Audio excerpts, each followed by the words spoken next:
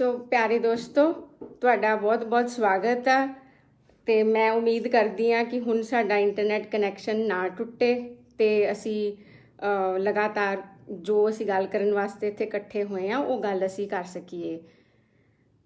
ਸੋ ਜਿਵੇਂ ਤੁਸੀਂ ਜਾਣਦੇ ਹੀ ਹੋ ਕਿ ਨੀਤੂ ਅਰੋੜਾ ਦੇ ਇਸ ਇਨੀਸ਼ੀਏਟਿਵ ਤੇ ਅਸੀਂ ਇਸ ਗੱਲਬਾਤ ਦੀ ਸ਼ੁਰੂਆਤ ਕੀਤੀ। ਜਿਵੇਂ ਕਿ ਮੈਂ ਪਹਿਲਾਂ ਵੀ ਤੁਹਾਨੂੰ ਦੱਸਣ ਦੀ ਕੋਸ਼ਿਸ਼ ਕਰਦੀ ਪਈ ਸੀਗੀ ਕਿ ਵਿਮਨ ਕੁਐਸਚਨ ਜਿਹੜਾ ਆ ਉਹ ਬਹੁਤ ਵੱਡਾ, ਬਹੁਤ ਜਟਿਲ ਕੁਐਸਚਨ ਆ।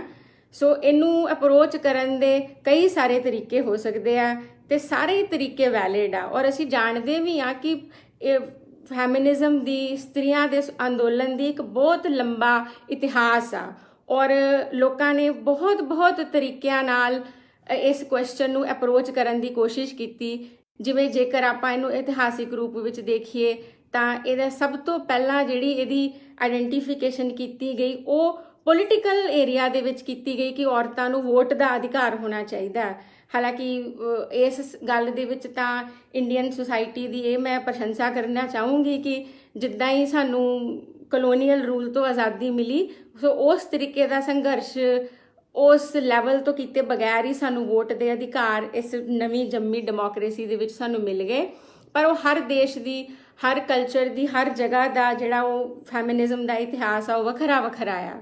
ਲੇਕਿਨ ਉਹ ਪੋਲੀਟੀਕਲ ਰਾਈਟਸ ਦੀ ਗੱਲ ਹੁੰਦੀ ਰਹੀ, ਫਿਰ ਉਹਦੇ ਆਰਥਿਕ ਅਧਿਕਾਰਾਂ ਦੀ ਗੱਲ ਹੁੰਦੀ ਰਹੀ, ਕਿਉਂਕਿ ਬਹੁਤ ਸਾਰੇ ਇੱਦਾਂ ਦੇ ਏਰੀਆਜ਼ ਸੀਗੇ ਸਮਾਜ ਦੇ ਵਿੱਚ ਜਿੱਥੇ ਔਰਤਾਂ ਦੀ ਕੋਈ ਪਾਰਟੀਸਿਪੇਸ਼ਨ ਹੀ ਨਹੀਂ ਸੀ, ਉਹਨਾਂ ਦੀ ਕੋਈ ਰਿਪਰੈਜ਼ੈਂਟੇਸ਼ਨ ਹੀ ਨਹੀਂ ਸੀ। ਜਾਂ ਫਿਰ ਅਸੀਂ ਇਹ ਸਮਝਦੇ ਸੀਗੇ ਕਿ ਪਰਿਵਾਰ ਦੇ ਵਿੱਚ, ਵਿਆਹ ਦੇ ਵਿੱਚ, ਔਰਤ ਦੇ ਆਪਣੇ ਨਿੱਜੀ ਸੰਬੰਧਾਂ ਦੇ ਵਿੱਚ ਉਹਦੀ ਕੋਈ ਆਜ਼ਾਦੀ ਨਹੀਂ ਆ। ਸੋ ਮੈਂ ਕਹਿਣ ਦੀ ਕੋਸ਼ਿਸ਼ ਇਹ ਕਰਦੀ ਪਈ ਆ ਕਿ ਵਿਮਨ ਕੁਐਸਚਨ ਨੂੰ ਬਹੁਤ ਸਾਰੇ ਤਰੀਕਿਆਂ ਨਾਲ ਅਪਰੋਚ ਕੀਤਾ ਜਾ ਸਕਦਾ ਆ। ਇਸ ਕਰਕੇ ਕਿਉਂਕਿ ਵਿਮਨ ਹਿਊਮਨ ਬੀਇੰਗ ਆ ਔਰ ਇੱਕ ਹਿਊਮਨ ਬੀਇੰਗ ਦੀ ਲਾਈਫ ਦੇ ਬਹੁਤ ਸਾਰੇ ਆਯਾਮ ਹੁੰਦੇ ਆ ਤੇ ਉਹਦਾ ਹਰ ਆਯਾਮ ਉਹਦੇ ਲਈ ਮਹੱਤਵਪੂਰਨ ਹੁੰਦਾ ਆ। ਸੋ ਜਿਹੜੇ ਲੋਕੀ ਵਿਮਨ ਕੁਐਸਚਨ ਨੂੰ ਉਹਦੇ ਪੋਲੀਟੀਕਲ ਰਾਈਟਸ ਨਾਲ ਐਸੋਸੀਏਟ ਕਰਦੇ ਆ, ਉਹਦੇ ਸੈਕਸ਼ੂਅਲ ਰਾਈਟਸ ਨਾਲ ਐਸੋਸੀਏਟ ਕਰਦੇ ਆ, ਉਹਦੇ ਇਕਨੋਮਿਕ ਰਾਈਟਸ ਨਾਲ ਕਰਦੇ ਆ, ਹਰ ਤਰ੍ਹਾਂ ਦਾ ਜਿਹੜਾ ਐਂਟਰੀ ਪੁਆਇੰਟ ਆ ਵਿਮਨ ਕੁਐਸਚਨ ਦੇ ਵਿੱਚ ਉਹ ਬਿਲਕੁਲ ਲੈਜੀਟੀਮੇਟ ਆ, ਬਿਲਕੁਲ ਵੈਲਿਡ ਆ ਤੇ ਉਹ ਇਹ ਸਾਰੀਆਂ ਜਿਹੜੀਆਂ ਅਪਰੋਚਿਸ ਆ ਉਹ ਜਾ ਕੇ ਕਿਤੇ ਵਿਮਨ ਦੀ ਆਜ਼ਾਦੀ ਨੂੰ ਹੀ ਸੰਬੋਧਿਤ ਹੁੰਦੀਆਂ। ਪਰ ਮੈਂ ਪਿਛਲੇ ਕੁਝ ਸਮੇਂ ਤੋਂ ਸਸਟੇਨੇਬਲੀ ਇਹ ਸੋਚਣ ਦੀ ਕੋਸ਼ਿਸ਼ ਕਰਦੀ ਪਈ ਸੀ ਕਿ ਅਸੀਂ ਇਹਨਾਂ ਤਾਕੀਆਂ ਰਾਹੀਂ, ਇਹਨਾਂ ਰੋਸ਼ਨਦਾਨਾਂ ਰਾਹੀਂ ਵਿਮਨ ਕੁਐਸਚਨ ਨੂੰ ਅਪਰੋਚ ਕਰਦੇ ਪਏ ਆ, ਪਰ ਕੀ ਅਸੀਂ ਕੋਈ ਇੱਦਾਂ ਦੀ ਵਿਧੀ, ਕੋਈ ਇੱਦਾਂ ਦੀ ਮੈਥਡੋਲੋਜੀ, ਕੋਈ ਇੱਦਾਂ ਦੀ ਅਪਰੋਚ ਡਿਵੈਲਪ ਕਰ ਸਕਦੇ ਆ ਜਿਹਦੇ ਤੋਂ ਸਾਨੂੰ ਇਹ ਲੱਗੇ ਕਿ ਇਸ ਵਿਮਨ ਕੁਐਸਚਨ ਨੂੰ ਕੰਪਰੀਹੈਂਸਿਵਲੀ ਜਾਂ ਇਹਦੀ ਸਮਗਰਤਾ ਦੇ ਵਿੱਚ ਇਸ ਨੂੰ ਅਸੀਂ ਅਪਰੋਚ ਕਰ ਸਕਦੇ ਹਾਂ। ਯਾਨੀ ਕਿ ਕੁਝ ਇੱਦਾਂ ਦੀ ਕੇਂਦਰੀ ਸਿਸਟਮ ਆਫ ਥਿੰਕਿੰਗ ਕਿ ਜਿਹਦੇ ਨਾਲ ਅਸੀਂ ਹੋਰ ਸਾਰੇ ਉਹਦੇ ਜਿਹੜੇ ਜੀਵਨ ਦੇ ਆਯਾਮ ਆ ਉਹ ਵੀ ਇਹਦੀ ਰੋਸ਼ਨੀ ਦੇ ਵਿੱਚ ਅਸੀਂ ਸਮਝ ਸਕੀਏ।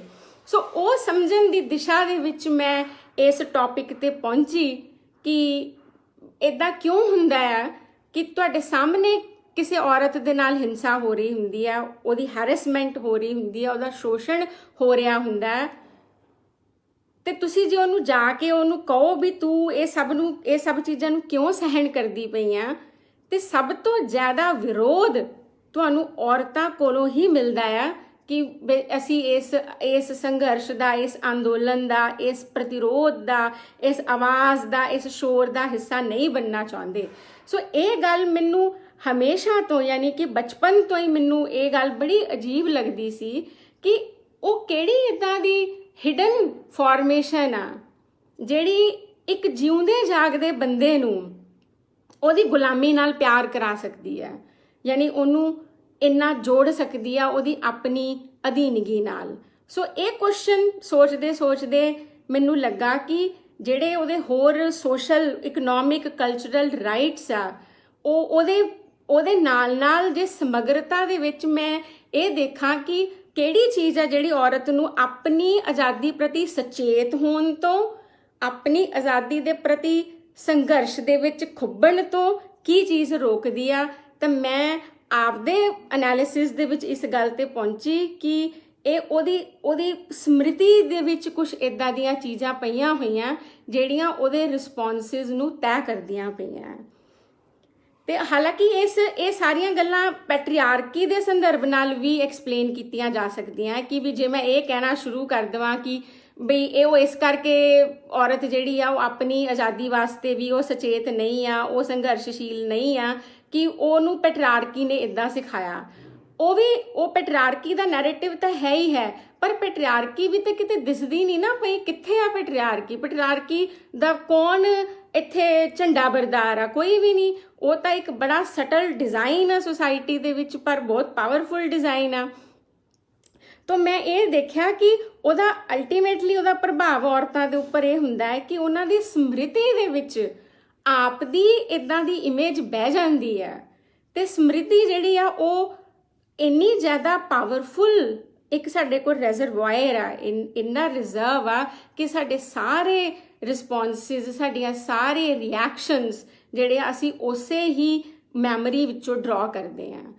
ਹਾਲਾਂਕਿ ਦੇਖੋ ਤੁਸੀਂ ਧਾਰਮਿਕ ਸਾਰੇ ਪ੍ਰਵਚਨ ਦੇਖੋ, ਸਾਰੇ ਕਿਤੇ ਕਹਿੰਦੇ ਸਿਮਰਨਾ ਸਿਮਰਨਾ, ਸਿਮਰਤੀ, ਯਾਨੀ ਸਮ੍ਰਿਤੀ ਦਾ ਕਿੰਨਾ ਵੱਡਾ ਰੋਲ ਆ, ਕਿੰਨਾ ਵੱਡਾ ਲਿਟਰੇਚਰ ਆ। ਲਿਟਰੇਚਰ ਨੂੰ ਤਾਂ ਕਿਹਾ ਹੀ ਜਾਂਦਾ ਹੈ ਕਿ ਲਿਟਰੇਚਰ ਉਹ ਮੈਮਰੀ ਦੀ ਮੈਨੀਫੈਸਟੇਸ਼ਨ ਆ। ਸਮ੍ਰਿਤੀ ਕਿੰਨੀ ਪਵਿੱਤਰ ਆ। ਪਰ ਮੈਂ ਇਸ ਬਾਰੇ ਸੋਚਦੇ ਇਸ ਬਿੰਦੂ ਤੇ ਪਹੁੰਚੀ ਕਿ ਕੀ ਸਮ੍ਰਿਤੀ ਇੰਨੀ ਪਵਿੱਤਰ ਹੁੰਦੀ ਹੈ ਜਿਹਨੂੰ ਸਵਾਲ ਨਹੀਂ ਕੀਤਾ ਜਾ ਸਕਦਾ? ਕਿ ਕਿਸੇ ਮਨੁੱਖ ਦੀ, ਤੇ ਜੇ ਮੈਂ ਗੱਲ ਕਰਾਂ ਔਰਤਾਂ ਦੀ, ਕਿ ਉਹ ਮੈਮਰੀ ਅਨਕੁਐਸਚਨੇਬਲ ਹੈ? ਕਿਉਂਕਿ ਮੈਮਰੀ ਹੀ ਮੇਰੀ ਇੱਕ ਇੰਟੀਮੇਟ ਮੇਰੀ ਚੀਜ਼ ਆ ਜਿਹਦੇ ਤੋਂ ਮੈਂ ਆਪਣੇ ਸਾਰੇ ਰਿਐਕਸ਼ਨਸ ਨੂੰ ਡਿਸਾਈਡ ਕਰਦੀ ਹਾਂ। ਜਿਹੜੀਆਂ ਚੀਜ਼ਾਂ ਮੈਨੂੰ ਡਰਾਉਂਦੀਆਂ ਆ ਜਾਂ ਜਿਹੜੀਆਂ ਚੀਜ਼ਾਂ ਮੈਨੂੰ ਦਲੇਰ ਕਰਦੀਆਂ। ਸੋ ਇਸ ਕਰਕੇ ਜਦੋਂ ਮੈਂ ਤੇ ਨੀਤੂ 4-5 ਦਿਨ ਪਹਿਲਾਂ ਆਪਾਂ ਇਹ ਟੌਪਿਕ ਡਿਸਕਸ ਕਰਦੇ ਪਏ ਸੀ, ਤੇ ਮੈਂ ਨੀਤੂ ਨੂੰ ਕਿਹਾ ਕਿ ਆਪਾਂ ਗੱਲ ਕਰਦੇ ਆ ਕਿ ਔਰਤ ਦੇ ਚੇਤੇ ਵਿੱਚ ਕੀ ਆ, ਉਹਦਾ ਚਿੱਤ ਕੀ ਆ। ਮਤਲਬ ਚੇਤਾ, ਚੇਤਨਾ ਤੇ ਚਿੰਤਨ ਤਾਂ ਬਹੁਤ ਹੀ ਕੌਨਸ਼ੀਅਸ ਸਟੇਟ ਆ। ਚਿੰਤਨ ਤੱਕ ਪਹੁੰਚਣ ਲੱਗਿਆ ਇਹ ਸਾਰੇ ਉਹਦੇ ਇੰਟਰਮੀਡੀਏਟ ਫੇਜ਼ਿਸ ਆ। ਮੈਂ ਆਪਣੇ ਚਿੱਤ ਨੂੰ ਜਾਣੇ ਬਗੈਰ, ਆਪਣੇ ਚੇਤੇ ਨੂੰ ਕੁਐਸਚਨ ਕੀਤੇ ਬਗੈਰ, ਆਪਣੀ ਚੇਤਨਾ ਨੂੰ ਜਾਣੇ ਬਗੈਰ ਚਿੰਤਨ ਨਹੀਂ ਕਰ ਸਕਦੀ।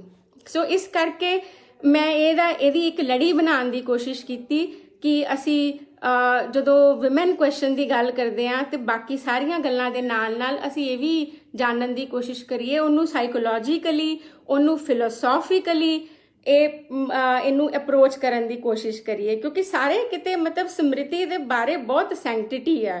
ਸਮ੍ਰਿਤੀ ਬਹੁਤ ਪਾਇਸ ਆ, ਸਮ੍ਰਿਤੀ ਬਹੁਤ ਸੇਕਰਡ ਆ। ਪਰ ਹੁਣ ਮੈਨੂੰ ਇਦਾਂ ਲੱਗਣਾ ਸ਼ੁਰੂ ਹੋ ਗਿਆ ਕਿ ਬਈ ਇਦਾਂ ਦਾ ਸੇਕਰਡ ਕੁਝ ਨਹੀਂ ਹੁੰਦਾ।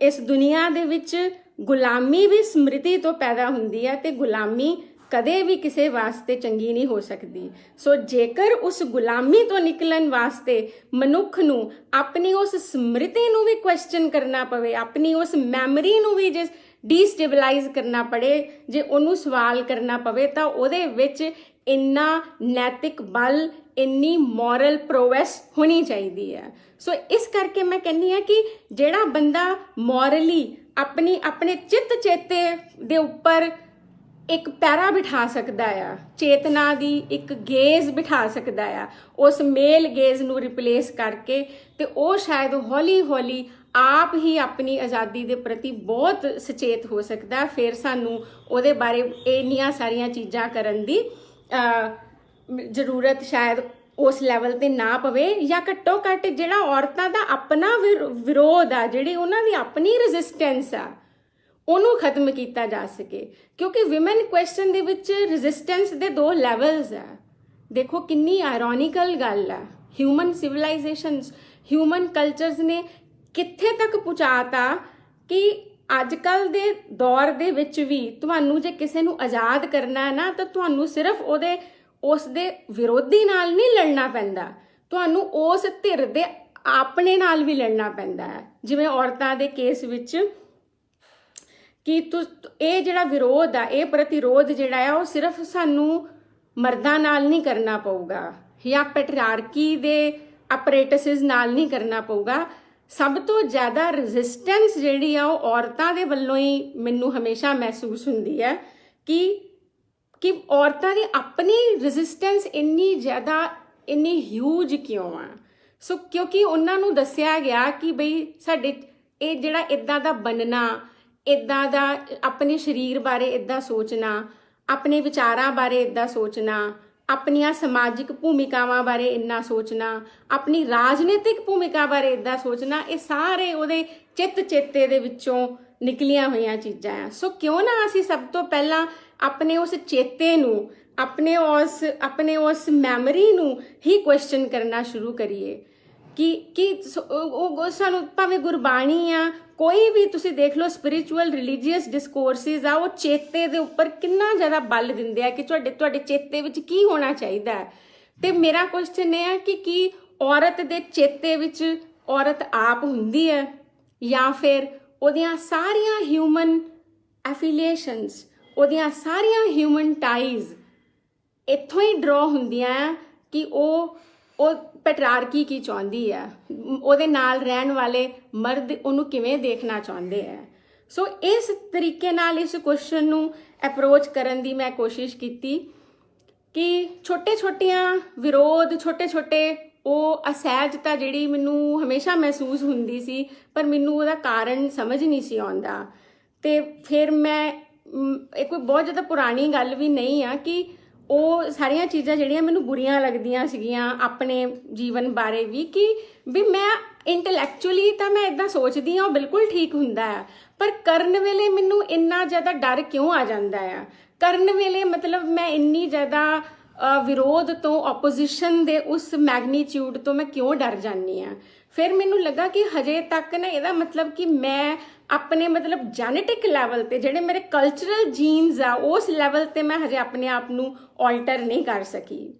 ਤੇ ਉਹ ਜਿਹੜਾ ਪੂਰਾ ਫੇਜ਼ ਸੀਗਾ ਉਹ ਬਹੁਤ ਜ਼ਿਆਦਾ ਮੇਰੇ ਲਈ ਇਮੋਸ਼ਨਲੀ ਤੇ ਇੰਟੈਲੈਕਚੁਅਲੀ ਬੜਾ ਪੇਨਫੁਲ ਸੀ ਤੇ ਬਹੁਤ ਲੋਨਲੀ ਵੀ ਸੀ। ਪਰ ਫਿਰ ਵੀ ਮੈਂ ਕਹਿੰਦੀ ਆ ਕਿ ਇਟ ਵਾਸ ਵਰਥ ਇਟ। ਹਰ ਔਰਤ ਨੂੰ ਇਸ ਦੁਨੀਆ ਦੇ ਵਿੱਚ ਆਪਣੀ ਸਥਿਤੀ, ਆਪਣਾ ਲੋਕੇਸ਼ਨ ਇਸ ਸੋਸਾਇਟੀ ਦੇ ਵਿੱਚ, ਇਸ ਕਲਚਰ ਦੇ ਵਿੱਚ ਦੇਖਣ ਵਾਸਤੇ ਇੰਨੀ ਕੁ ਦਲੇਰੀ, ਇੰਨਾ ਕੁ ਨੈਤਿਕ ਜਿਹੜਾ ਬਲ ਆ ਉਹਦੇ ਵਿੱਚ ਆ ਜਾਣਾ ਚਾਹੀਦਾ ਹੈ। ਕਿ ਜਦੋਂ ਮੈਂ ਫੋਕ ਸੌਂਗਸ ਵੀ ਸੁਣਦੀ ਸੀ, ਫੋਕ ਸੌਂਗਸ ਦੇ ਵਿੱਚ ਚੇਤੇ ਦੀ ਗੱਲ, ਜਦੋਂ ਵੀ ਮੈਂ ਦੇਖਿਆ ਕਿ ਜਦੋਂ ਔਰਤ ਦੇ ਚਿੱਤ ਦੀ ਗੱਲ ਹੁੰਦੀ ਆ ਤੇ ਉਹ ਉਹਦੇ ਔਰਤ ਦੇ ਚਿੱਤ ਵਿੱਚ, ਔਰਤ ਦੇ ਚੇਤੇ ਵਿੱਚ ਕੋਈ ਇਹੋ ਜਿਹੀ ਉਹਦੀ ਅਸਤਿਤਵ ਦੀ, ਉਹਦੀ ਐਗਜ਼ਿਸਟੈਂਸ ਦੀ ਇਹੋ ਜਿਹੀ ਕੋਈ ਆਈਡੈਂਟੀਫਿਕੇਸ਼ਨ ਨਹੀਂ ਹੁੰਦੀ ਜਿੱਥੇ ਉਹਨੂੰ ਲੱਗੇ ਕਿ ਮੇਰਾ ਜੀਵਨ, ਮੇਰੀਆਂ ਇਹਨਾਂ ਸਾਰੀਆਂ ਟਾਈਜ਼, ਮੇਰੀਆਂ ਇਹਨਾਂ ਸਾਰੇ ਸੋਸ਼ਲ ਕਲਚਰਲ ਰਿਲੇਸ਼ਨਸ ਤੋਂ ਇਲਾਵਾ ਵੀ ਕੋਈ ਇੱਕ ਇੰਡੀਪੈਂਡੈਂਟ ਐਂਟੀਟੀ ਹੈਗੀ ਹੈ। ਦੇਖੋ, ਜਦੋਂ ਅਸੀਂ ਔਰਤਾਂ ਦੀ ਇੰਡੀਪੈਂਡੈਂਸ ਦੀ ਗੱਲ ਕਰਦੇ ਆ ਨਾ, ਆਮ ਤੌਰ ਤੇ ਨਾ ਬੜੀ ਜਲਦੀ ਲੋਕਾਂ ਨੂੰ ਇਹ ਡਰ ਲੱਗਣਾ ਸ਼ੁਰੂ ਹੋ ਜਾਂਦਾ ਕਿ ਇਹਦਾ ਮਤਲਬ ਇਹ ਤਾਂ ਨਹੀਂ ਕਿ ਵੀ ਔਰਤ ਕੱਲੀ ਉਹ ਆਪ ਹੋ ਜਾਊਗੀ। ਇਹ ਖੌਫ ਲੱਗਣ ਤੋਂ ਪਹਿਲਾਂ ਇਹ ਸੋਚਣਾ ਚਾਹੀਦਾ ਕਿ ਕੀ ਵਰਤਮਾਨ ਸਥਿਤੀ ਦੇ ਵਿੱਚ ਔਰਤਾਂ ਤੇ ਮਰਦਾਂ ਦੇ ਰਿਲੇਸ਼ਨਸ ਇੰਟਰਡਿਪੈਂਡੈਂਸ ਦੇ ਆ ਕਿ ਡਿਪੈਂਡੈਂਸ ਦੇ ਆ। ਮੈਨੂੰ ਲੱਗਦਾ ਇਹ ਕੁਐਸਚਨ ਦੇ ਬਾਰੇ ਜੇਕਰ ਬੰਦਾ ਐਨਾਲਾਈਜ਼ ਕਰੇ ਤਾਂ ਉਹ ਆਪ ਹੀ ਇਹਦਾ ਜਵਾਬ ਸੋਚ ਸਕਦਾ ਹੈ ਕਿ ਇਹਦੇ ਵਿੱਚ ਮੈਨੂੰ ਤਾਂ ਕਦੇ ਨਹੀਂ ਲੱਗਾ ਕਿ ਸਾਡੇ ਜਿਹੜੇ ਆਪਸੀ ਸੰਬੰਧ ਆ ਉਹ ਇੰਟਰਡਿਪੈਂਡੈਂਸ ਦੇ ਆ। ਉਹ ਬਹੁਤ ਹੱਦ ਤੱਕ ਅੱਜ ਵੀ ਡਿਪੈਂਡੈਂਸ ਦੇ ਰਾਈਟਸ ਆ। ਉਹ ਦੇਖੋ, ਇਹ ਕੁਐਸਚਨ ਜਿਹੜੇ ਫੈਮਿਨਿਜ਼ਮ ਦੇ ਅਗੇਂਸਟ ਜਿਹੜੀ ਪ੍ਰਚੰਡ ਲਹਿਰ ਆ ਨਾ, ਉਹ ਮੈਨੂੰ ਬੜੀ ਜ਼ਿਆਦਾ, ਉਹੀ ਮੈਨੂੰ ਕਲੂਜ਼ ਦਿੰਦੀ ਆ ਕਿ ਫੈਮਿਨਿਜ਼ਮ ਨੂੰ ਕਿਵੇਂ ਅਪਰੋਚ ਕਰਨਾ ਚਾਹੀਦਾ ਹੈ। ਉਹਨਾਂ ਸਾਰਿਆਂ ਨੂੰ ਲੱਗਣ ਲੱਗ ਪੈਂਦਾ ਹੈ ਕਿ ਉਹਦੀ ਕੀ ਕਲਪਨਾ ਹੋਏਗੀ ਜਦੋਂ ਔਰਤ ਆਪਣੇ ਸਾਰੇ ਰਾਈਟਸ ਨੂੰ, ਆਪਣੀ ਪੂਰੀ ਉਸ ਸੋਵਰੈਨਿਟੀ ਨੂੰ, ਆਪਣੀ ਉਸ ਐਗਜ਼ਿਸਟੈਂਸ ਨੂੰ ਉਹ ਰੀਅਲਾਈਜ਼ ਕਰ ਲੂਗੀ।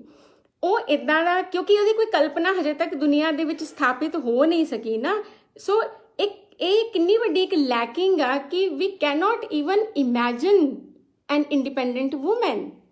ਮਤਲਬ ਸਾਡੇ ਕੋਲ, ਸਾਡੇ ਕਲਚਰਲ ਕਾਰਪਸ ਦੇ ਵਿੱਚ ਇੱਦਾਂ ਦੀ ਕੋਈ ਕਲਪਨਾ ਹੀ ਨਹੀਂ ਆ ਕਿ ਮੈਂ ਤੁਹਾਨੂੰ ਦੱਸ ਸਕਾਂ ਕਿ ਅੱਛਾ, ਜੇ ਕੋਈ ਔਰਤ ਸੱਚੀ ਮੁੱਚੀ ਇੱਕ ਇੰਡੀਪੈਂਡੈਂਟ ਹਿਊਮਨ ਆ ਤੇ ਉਹ ਇੱਦਾਂ ਦੀ ਹੋਊਗੀ। ਉਹਦੀ ਬਹੁਤ ਹੱਦ ਤੱਕ ਥੋੜੀ ਅਸੀਂ ਜਿਹੜੀ ਪਰਛਾਵਾਂ ਆ ਉਹਨਾਂ ਟ੍ਰਾਈਬਸ ਵਿੱਚ ਦੇਖ ਸਕਦੇ ਹਾਂ ਜਿੱਥੇ ਪੈਟਰਾਰਕੀ ਬਹੁਤ ਜ਼ਿਆਦਾ ਰੂਲ ਨਹੀਂ ਕਰਦੀ ਜਾਂ ਜਿੱਥੇ ਮੈਟਰੀਆਰਕਲ ਸਿਸਟਮਸ ਪ੍ਰੀਵੇਲ ਕਰਦੇ ਆ। ਪਰ ਤਾਂ ਵੀ ਮੈਂ ਕਹੂੰਗੀ ਕਿ ਅਸੀਂ ਉਹਨਾਂ ਤੋਂ ਵੀ ਬਹੁਤ ਜ਼ਿਆਦਾ ਸ਼ਾਇਦ ਅਸੀਂ ਨਹੀਂ ਲੈ ਸਕਦੇ, ਕਿਉਂਕਿ ਉਹਨਾਂ ਦੀ ਓਵਰਆਲ ਉਹਨਾਂ ਦਾ ਜਿਹੜਾ ਗਵਰਨੈਂਸ ਸਿਸਟਮ ਹੀ ਆ, ਜੀਵਨ ਜਿਉਣ ਦੀ ਜਿਹੜੀ ਪੂਰੀ ਵਿਧੀ ਆ, ਉਹ ਸਾਡੇ ਤੋਂ ਬਹੁਤ ਵੱਖਰੀ ਆ। ਸਾਡੀ ਸਿਵਲਾਈਜੇਸ਼ਨਲ ਜਿਹੜਾ ਬਿਹੇਵੀਅਰ ਆ ਉਹਦੇ ਤੋਂ ਬਹੁਤ ਵੱਖਰੀ ਆ। ਸੋ ਉਹਦੀ ਕਲਪਨਾ ਹੀ ਸਾਡੇ ਕੋਲ ਨਹੀਂ ਆ। ਪਰ ਕਲਪਨਾ ਨਾ ਹੋਣ ਦਾ ਮਤਲਬ ਇਹ ਨਹੀਂ ਆ ਕਿ ਸਾਨੂੰ ਇਹਦੇ ਤੋਂ ਡਰ ਜਾਣਾ ਚਾਹੀਦਾ ਹੈ ਕਿ ਜੇ ਔਰਤਾਂ ਬਿਲਕੁਲ ਬਰਾਬਰ ਹੋਣ ਲੱਗ ਪਈਆਂ ਜਾਂ ਫਿਰ ਉਹ ਵੀ ਆਪਣੇ ਅਧਿਕਾਰਾਂ ਪ੍ਰਤੀ ਇੰਨੀਆਂ ਸੁਚੇਤ ਹੋ ਗਈਆਂ ਤੇ ਦੁਨੀਆ ਦਾ ਕੀ ਬਣੂਗਾ। ਮਤਲਬ ਕੀ ਇਹ ਕੋਲੈਪਸ ਆਫ ਸੁਸਾਇਟੀ ਹੋਊਗਾ, ਕੀ ਇਹ ਕੋਲੈਪਸ ਆਫ ਸਿਵਲਾਈਜੇਸ਼ਨ ਹੋਊਗਾ। ਬਈ ਉਹ ਕੋਲੈਪਸ ਕਿੱਦਾਂ ਕੋਲੈਪਸ ਨਹੀਂ ਹੋ ਸਕਦਾ। ਪਰ ਤੁਹਾਨੂੰ ਇਸ ਕਰਕੇ ਇਸ ਗੱਲ ਤੇ ਪਹਿਲਾਂ ਯਕੀਨ ਕਰਨਾ ਪਊਗਾ ਕਿ ਜੇ ਇਹ ਕੋਲੈਪਸ ਵੀ ਆ ਤਾਂ we should face this collapse once. ਇਸ ਕੋਲੈਪਸ ਨੂੰ ਫੇਸ ਕਰਨ ਤੋਂ ਬਾਅਦ ਜੋ ਕੁਝ ਵੀ ਹੋਊਗਾ ਉਸ ਕਿਓਸ ਤੋਂ ਬਾਅਦ ਜਿਹੜੇ ਸਾਡੇ ਮਿਊਚੁਅਲ ਰਿਲੇਸ਼ਨਸ ਆ ਉਹ ਇੰਨੇ ਜ਼ਿਆਦਾ ਬੇਖੁਦੀ ਦੇ ਤੇ ਇੰਨੀ ਜ਼ਿਆਦਾ ਆਪਣੇ ਆਪ ਤੋਂ ਦੂਰ ਹੋਣ ਦੇ ਨਹੀਂ ਹੋਗੇ। ਰਾਦਰ ਆਈ ਬਿਲੀਵ ਕਿ for men also it will be a great thing to do।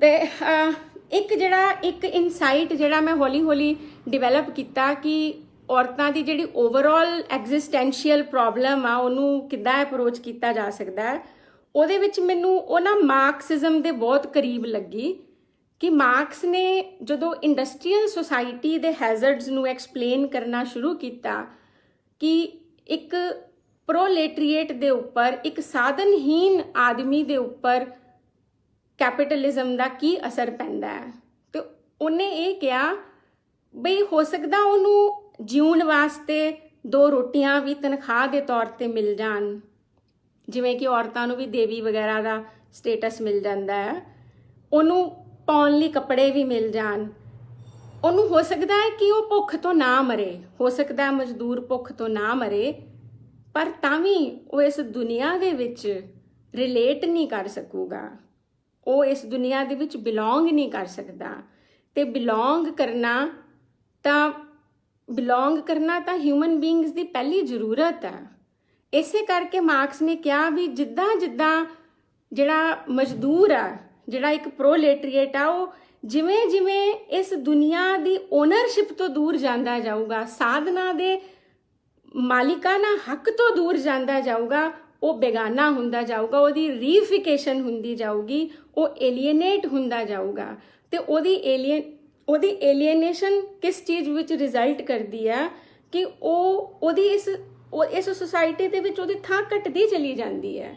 ਤੁਸੀਂ ਦੇਖੋ ਇੱਥੋਂ ਤੱਕ ਘਟਦੀ ਚਲੀ ਜਾਂਦੀ ਹੈ ਕਿ ਮਜ਼ਦੂਰਾਂ ਦਾ ਫਿਰ ਕੋਈ ਨਾਮ ਹੀ ਨਹੀਂ ਰਹਿੰਦਾ। ਤੁਸੀਂ ਕਿੱਥੋਂ ਆਏ, ਤੁਹਾਡੇ ਘਰ ਕੌਣ ਆ, ਤੁਹਾਡੀਆਂ ਜੀਵਨ ਦੀਆਂ ਕੀ ਐਸਪੀਰੇਸ਼ਨਸ ਆ, ਤੁਹਾਡਾ ਕੀ ਡਿਸਪੇਅਰ ਆ, ਉਹਦੀ ਕੋਈ ਐਕਨੋਲੇਜਮੈਂਟ ਹੀ ਨਹੀਂ ਰਹਿੰਦੀ। ਮੈਂ ਜਦੋਂ ਲੁਧਿਆਣੇ ਮੇਰੇ ਨਾਨਕੇ ਜਾਂਦੀ ਸੀ, ਮੈਂ ਹੁੰਦੀ ਲੁਧਿਆਣੇ ਤੋਂ ਲੰਘਣਾ ਚੰਡੀਗੜ੍ਹ ਜਾਣਾ, ਉਹਦੇ ਰਸਤੇ 'ਚੋਂ ਹੀਰੋ ਸਾਈਕਲ ਵਾਲੀ ਫੈਕਟਰੀ ਆਉਂਦੀ ਆ ਤੇ ਉਹਦੇ ਬਾਹਰ ਨਾ ਮਤਲਬ ਜਿਵੇਂ ਹਜ਼ਾਰਾਂ ਦੀ ਗਿਣਤੀ ਦੇ ਵਿੱਚ ਹੀ ਸਾਈਕਲ ਲੱਗੇ ਹੁੰਦੇ ਆ। ਤੇ ਕਈ ਵਾਰੀ ਉੱਥੋਂ ਲੰਘਦਿਆਂ ਟੱਪਦਿਆਂ ਜਿਵੇਂ ਉਹਨਾਂ ਦਾ 5 ਵਜੇ ਦਾ ਆਫ ਟਾਈਮ ਹੁੰਦਾ ਹੋਊਗਾ, ਉਹ ਹੂਟਰ ਹੁੰਦਾ, ਤੇ ਉਹ ਜਿਹੜਾ ਲੋਕਾਂ ਦਾ ਸੈਲਾਬ ਜਿਹੜਾ ਆ ਉਹ ਉੱਥੋਂ ਨਿਕਲ ਕੇ ਆਉਂਦਾ ਹੁੰਦਾ ਹੈ।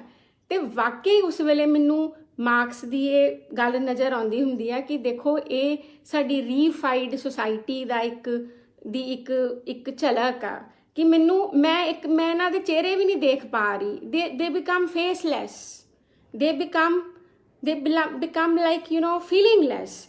ਸੋ ਉਹ ਜਿਹੜੀ ਏਲੀਏਨੇਸ਼ਨ ਉਹ ਕਿਉਂ ਆਉਂਦੀ ਆ? ਕਿਉਂਕਿ ਜਿਹੜਾ ਮਜ਼ਦੂਰ ਉੱਥੋਂ ਫੈਕਟਰੀ ਤੋਂ ਬਾਹਰ ਨਿਕਲਦਾ ਪਿਆ, ਉਹਨੂੰ ਬਾਹਰ ਨਿਕਲਦੇ ਹੋਏ ਪਤਾ ਆ ਕਿ ਮੈਂ ਭਾਵੇਂ ਆਪਣੀ ਪ੍ਰਾਈਮ ਆਫ ਯੂਥ, ਮੈਂ ਭਾਵੇਂ ਆਪਣੇ ਦਿਨ ਦੇ 8 ਘੰਟੇ ਜਾਂ 9 ਘੰਟੇ ਮੈਂ ਇੱਥੇ ਬਿਤਾਏ ਆ, ਪਰ ਮੇਰਾ ਇਸ ਫੈਕਟਰੀ ਵਿੱਚ ਕੁਝ ਨਹੀਂ ਆ,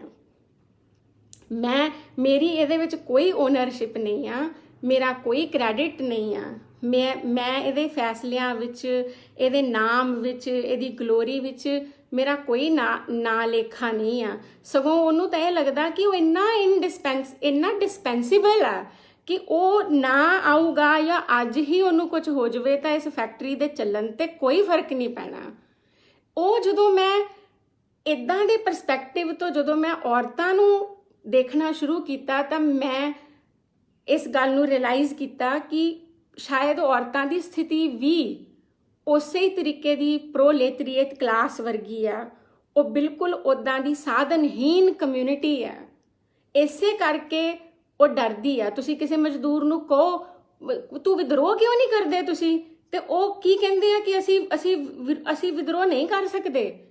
ਤੇ ਇੰਨਾ ਕੰਮ ਕਰ ਸਕਦੇ ਆ 8-8 ਘੰਟੇ 9-9 ਘੰਟੇ ਐਡੇ ਔਖੇ ਮਸ਼ੀਨਰੀ ਦੇ ਨਾਲ ਉਹ ਡੀਲ ਕਰ ਸਕਦੇ ਆ, ਅੱਗਾਂ ਦੇ ਵਿੱਚ ਹੱਥ ਪਾ ਸਕਦੇ ਆ, ਆਪਣੇ ਤੋਂ 100 ਗੁਣਾ ਵੱਡੀਆਂ ਮਸ਼ੀਨਾਂ ਨੂੰ ਚਲਾ ਸਕਦੇ ਆ, ਪਰ ਉਹ ਆਪਣੇ ਲਈ ਖੜੇ ਨਹੀਂ ਹੋ ਸਕਦੇ। ਤੇ ਇਹ ਕਿੱਦਾਂ ਇਦਾਂ ਹਿਊਮਨ ਲਾਈਫ ਦੇ ਵਿੱਚ ਕਿਵੇਂ ਹੋ ਸਕਦਾ ਆ? ਇਹ ਸਿਰਫ ਉਦੋਂ ਹੀ ਹੋ ਸਕਦਾ ਆ ਜਦੋਂ ਆਦਮੀ ਦੇ ਚੇਤੇ ਵਿੱਚ, ਜਦੋਂ ਆਦਮੀ ਦੀ ਮਨੁੱਖ ਦੀ ਸਮ੍ਰਿਤੀ ਦੇ ਵਿੱਚ ਉਹਦਾ ਆਪਣਾ ਹੋਣ ਥੀਨ, ਉਹਦੀ ਆਪਣੀ ਐਗਜ਼ਿਸਟੈਂਸ ਜਿਹੜੀ ਆ ਉਹ ਬਿਲਕੁਲ ਨਿਗੂਣੀ ਹੋ ਜਾਂਦੀ ਹੈ। ਵਰਨਾ ਦੇਖੋ ਆਪਣੇ ਆਪ ਦੇ ਵਿੱਚ ਇਹ ਗੱਲ ਕਿੱਡੀ ਹੈਰਾਨੀ ਵਾਲੀ ਹੈ ਨਾ ਕਿ ਸਾਡੇ ਸਾਹਮਣੇ ਇੰਨਾ ਕੁਝ ਹੁੰਦਾ ਪਿਆ। ਜਿਹੜੀ ਔਰਤ ਡੋਮੈਸਟਿਕ ਵਾਇਲੈਂਸ ਸਹਿੰਦੀ ਪਈ ਆ, ਵਰਕ ਪਲੇਸ ਦੇ ਉੱਪਰ ਰੋਜ਼ ਅਪਮਾਨ ਸਹਿੰਦੀ ਆ, ਗਲੀਆਂ ਸੜਕਾਂ ਤੇ ਸਹਿੰਦੀ ਆ, ਉਹ ਲੜਦੀ ਕਿਉਂ ਨਹੀਂ ਪਈ? ਉਹ ਸਹਿਣ ਕਿਵੇਂ ਕਰਦੀ ਪਈ ਆ? ਉਸ ਵੇਲੇ ਫਿਰ ਮੈਨੂੰ ਇਹ ਸਮਝ ਆਉਣਾ ਸ਼ੁਰੂ ਹੋਇਆ ਕਿ ਉਹਦੀ ਹਾਲਤ ਵੀ ਇੱਕ ਬਹੁਤ ਜ਼ਿਆਦਾ ਬੇਗਾਨੇ, ਇੱਕ ਇਸ ਦੁਨੀਆ ਤੇ ਹੁੰਦਿਆਂ ਹੋਇਆਂ ਵੀ ਇਸ ਦੁਨੀਆ ਦੇ ਉੱਤੇ ਨਾ ਹੋਇਆ ਬਗੈਰ ਵਰਗੀ ਹੈ। ਤੇ ਉਹਨੂੰ ਸੋਚੋ ਜਿਹਦੀ ਕੌਨਸ਼ੀਅਸਨੈਸ, ਜਿਹਦਾ ਚੇਤਾ, ਜਿਹਦੀ ਚੇਤਨਾ ਦੇ ਵਿੱਚ ਇੰਨੀ ਬੇਗਾਨਗੀ ਆ ਕਿ ਉਹਨੂੰ ਲੱਗਦਾ ਕਿ ਇਸ ਦੁਨੀਆ ਤੇ ਮੇਰਾ ਕੁਝ ਨਹੀਂ ਹੈ, ਮੇਰਾ ਆਪਣਾ ਕੁਝ ਵੀ ਨਹੀਂ ਹੈ। ਤੇ ਉਹ ਕਿਵੇਂ ਤੁਸੀਂ ਉਹਨੂੰ ਆਪਣੇ ਵਾਸਤੇ ਖੜਨ ਲਈ ਜਾਂ ਹੋਰ ਦੁਨੀਆ ਦੀਆਂ ਸਾਰੀਆਂ ਔਰਤਾਂ ਵਾਸਤੇ ਖੜਨ ਲਈ ਤੁਸੀਂ ਕਿਵੇਂ ਉਹਨੂੰ ਤੁਸੀਂ ਮਨਾ ਸਕਦੇ ਆ? ਅੱਜ ਜਦੋਂ ਮੈਂ ਸਵੇਰੇ ਬ੍ਰੇਕਫਾਸਟ ਕਰਦੀ ਪਈ ਸੀ ਤੇ ਮੈਂ ਮੰਮੀ ਨਾਲ ਗੱਲ ਕਰਦੀ ਪਈ ਸੀ ਤੇ ਮੰਮੀ ਨੇ ਮੈਨੂੰ ਕਿਹਾ ਕਿ ਤੂੰ ਕੀ ਬੋਲਣਾ। ਮੈਂ ਮੰਮੀ ਨੂੰ ਕਿਹਾ ਕਿ ਮੈਂ 12 ਵਜੇ ਮੇਰਾ ਲੈਕਚਰ ਆ ਤੇ ਮੰਮੀ ਕਹਿੰਦੇ ਤੂੰ ਕੀ ਬੋਲਣਾ। ਤੇ ਮੈਂ ਕਿਹਾ ਕਿ ਮੰਮੀ ਉਹ ਮੈਂ ਤੁਹਾਨੂੰ ਜਦੋਂ ਮੈਂ ਰੋਜ਼ ਜਿਹੜੀਆਂ ਗੱਲਾਂ ਦੱਸਦੀ ਰਹਿੰਦੀ ਉਹਦੇ ਤੇ ਬੋਲਣਾ। ਫਿਰ ਵੀ ਮੰਮੀ ਕਹਿੰਦੇ ਚੱਲ ਤੂੰ ਦੱਸ ਤਾਂ ਸਹੀ।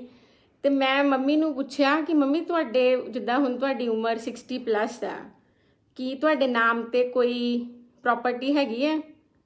ਤੇ ਉਹ ਕਹਿੰਦੇ ਨਹੀਂ ਹੈਗੀ, ਪਰ ਮੈਨੂੰ ਪਤਾ ਹੀ ਆ ਕਿ ਜੋ ਮਤਲਬ ਤੇਰੇ ਪਾਪਾ ਦਾ ਆ ਉਹ ਮੇਰਾ ਵੀ ਆ, ਉਹ ਮੈਨੂੰ ਘਰ ਚੋਂ ਕੋਈ ਕੱਢਣ ਥੋੜੀ ਲੱਗਾ ਆ।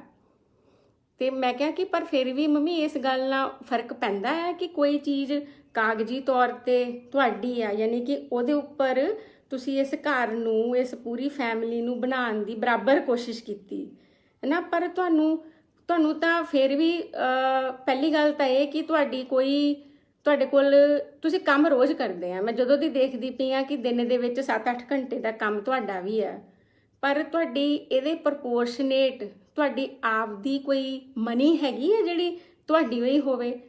ਤੁਸੀਂ ਇਹ ਗੱਲ ਕਹਿ ਕੇ ਹਮੇਸ਼ਾ ਇਸ ਗੱਲ ਨੂੰ ਟਾਲ ਦਿੰਦੇ ਆ ਵੀ ਮੈਨੂੰ ਕਿਹੜਾ ਕੋਈ ਮਨਾਈ ਆ।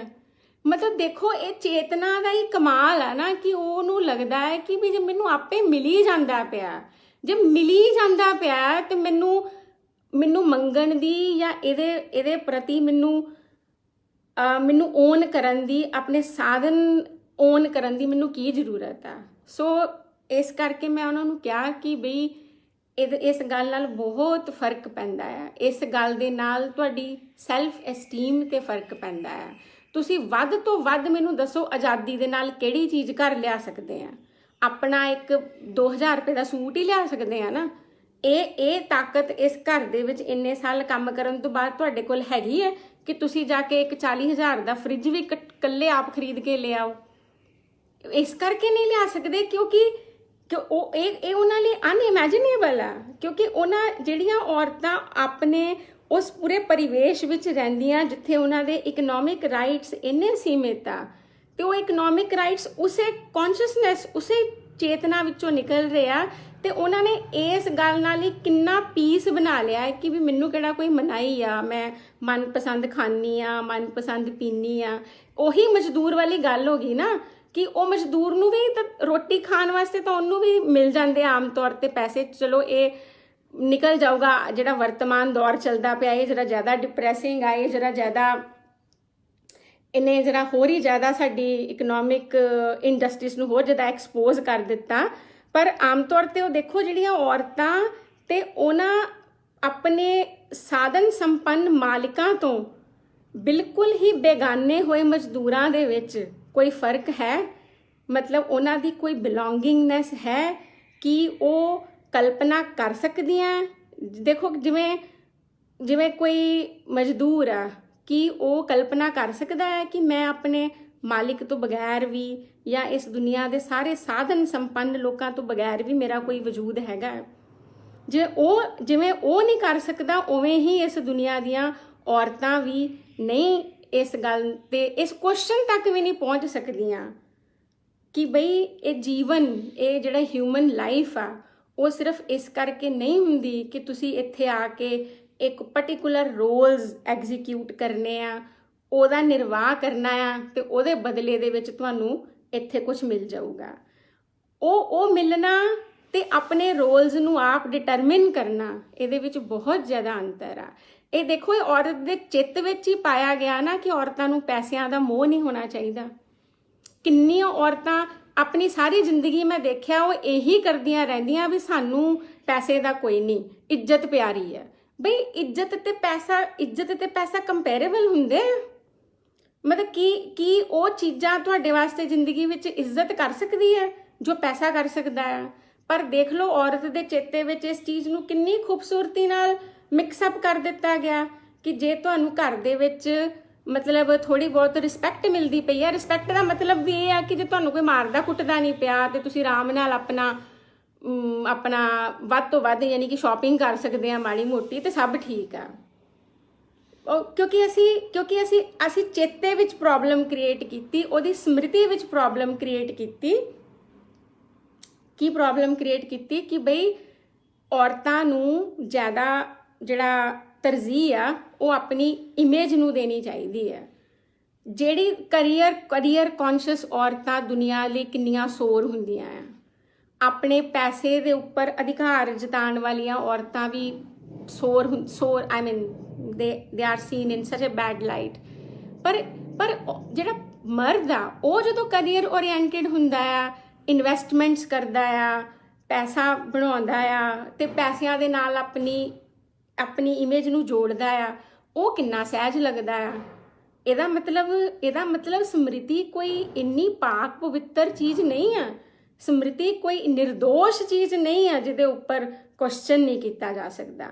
ਸੋ ਉਹ ਮੈਂ ਇਸ ਕਰਕੇ ਚਾਹੁੰਦੀ ਆ ਕਿ ਜਿਹੜੀਆਂ ਪੰਜਾਬ ਦੀਆਂ ਜਾਂ ਸਾਡੇ ਦੇਸ਼ ਦੀਆਂ ਜਾਂ ਪੂਰੀ ਦੁਨੀਆ ਦੀਆਂ ਹੀ ਔਰਤਾਂ ਆ, ਉਹ ਆਪਣੇ ਆਪ ਨੂੰ ਛੋਟੀ ਗੱਲ ਤੇ ਇਹ ਕੁਐਸਚਨ ਕਰਨਾ ਸ਼ੁਰੂ ਕਰਨ ਕਿ ਮੇਰੀ ਸਾਰੇ ਕਿ ਜੇ ਮੇਰੇ ਬੇਸਿਕ ਸੋਚਣ ਦੇ ਵਿੱਚ ਵੀ ਮੇਰੇ ਕੋਈ ਪ੍ਰੋਬਲਮ ਹੋ ਸਕਦੀ ਹੈ, ਜਿਹੜੀ ਗੱਲ ਤੇ ਉਹ ਜਿਹੜਾ ਵਿਚਾਰ ਉਹ ਪੂਰੇ ਦਿਨ ਵਿੱਚ ਸੋਚ ਕੇ ਕੋਈ ਵੀ ਫੈਸਲਾ ਕਰਦੀ ਆ, ਉਹਨੂੰ ਉਹਦੇ ਪ੍ਰਤੀ ਕੁਐਸਚਨ ਕਰਨਾ ਚਾਹੀਦਾ। ਉਹ ਕੁਐਸਚਨ ਕਰਨ ਵਾਸਤੇ ਉਹਨੂੰ ਇੱਕ ਕੌੜਾ ਘੁੱਟ ਭਰਨਾ ਜ਼ਰੂਰ ਪਊਗਾ ਕਿ ਬਈ ਮੇਰੀ ਚੇਤਨਾ, ਮੇਰਾ ਚਿੱਤ ਚੇਤਾ, ਮੇਰੇ ਬਾਰੇ ਕਹੀਆਂ ਹੋਈਆਂ ਤਮਾਮ ਦੁਨੀਆ ਦੇ ਵਿੱਚ ਗੱਲਾਂ, ਮੇਰੇ ਬਾਰੇ ਫੈਲਾਈਆਂ ਹੋਈਆਂ ਗੱਲਾਂ, ਮੇਰੇ ਬਾਰੇ ਪੂਰੀਆਂ ਜਿਹੜੀਆਂ ਗੱਲਾਂ ਪਰਕੋਲੇਟ ਕਰਦੀਆਂ ਪਈਆਂ ਉਹ ਬਿਲਕੁਲ ਬੇਬੁਨਿਆਦ ਹੋ ਸਕਦੀਆਂ ਆ।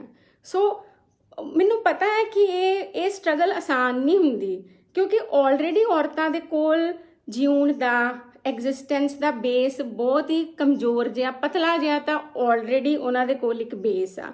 ਉਹ ਬੇਸ ਕੀ ਆ ਕਿ ਫੈਮਿਲੀ, ਉਹ ਪਰਿਵਾਰ ਤੇ ਉਹ ਥੋੜੀ ਬਹੁਤੀ ਨੌਕਰੀ।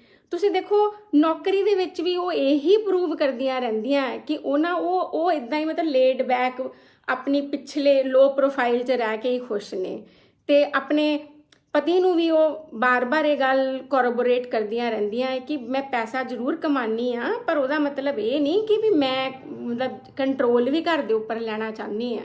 ਜਦ ਕਿ ਇਹੀ ਕੰਮ ਮਰਦ ਜਿਹੜੇ ਬੜੀ ਆਸਾਨੀ ਨਾਲ ਕਰਦੇ ਆ ਕਿ ਪੈਸਾ ਮੀਨਸ ਕੰਟਰੋਲ।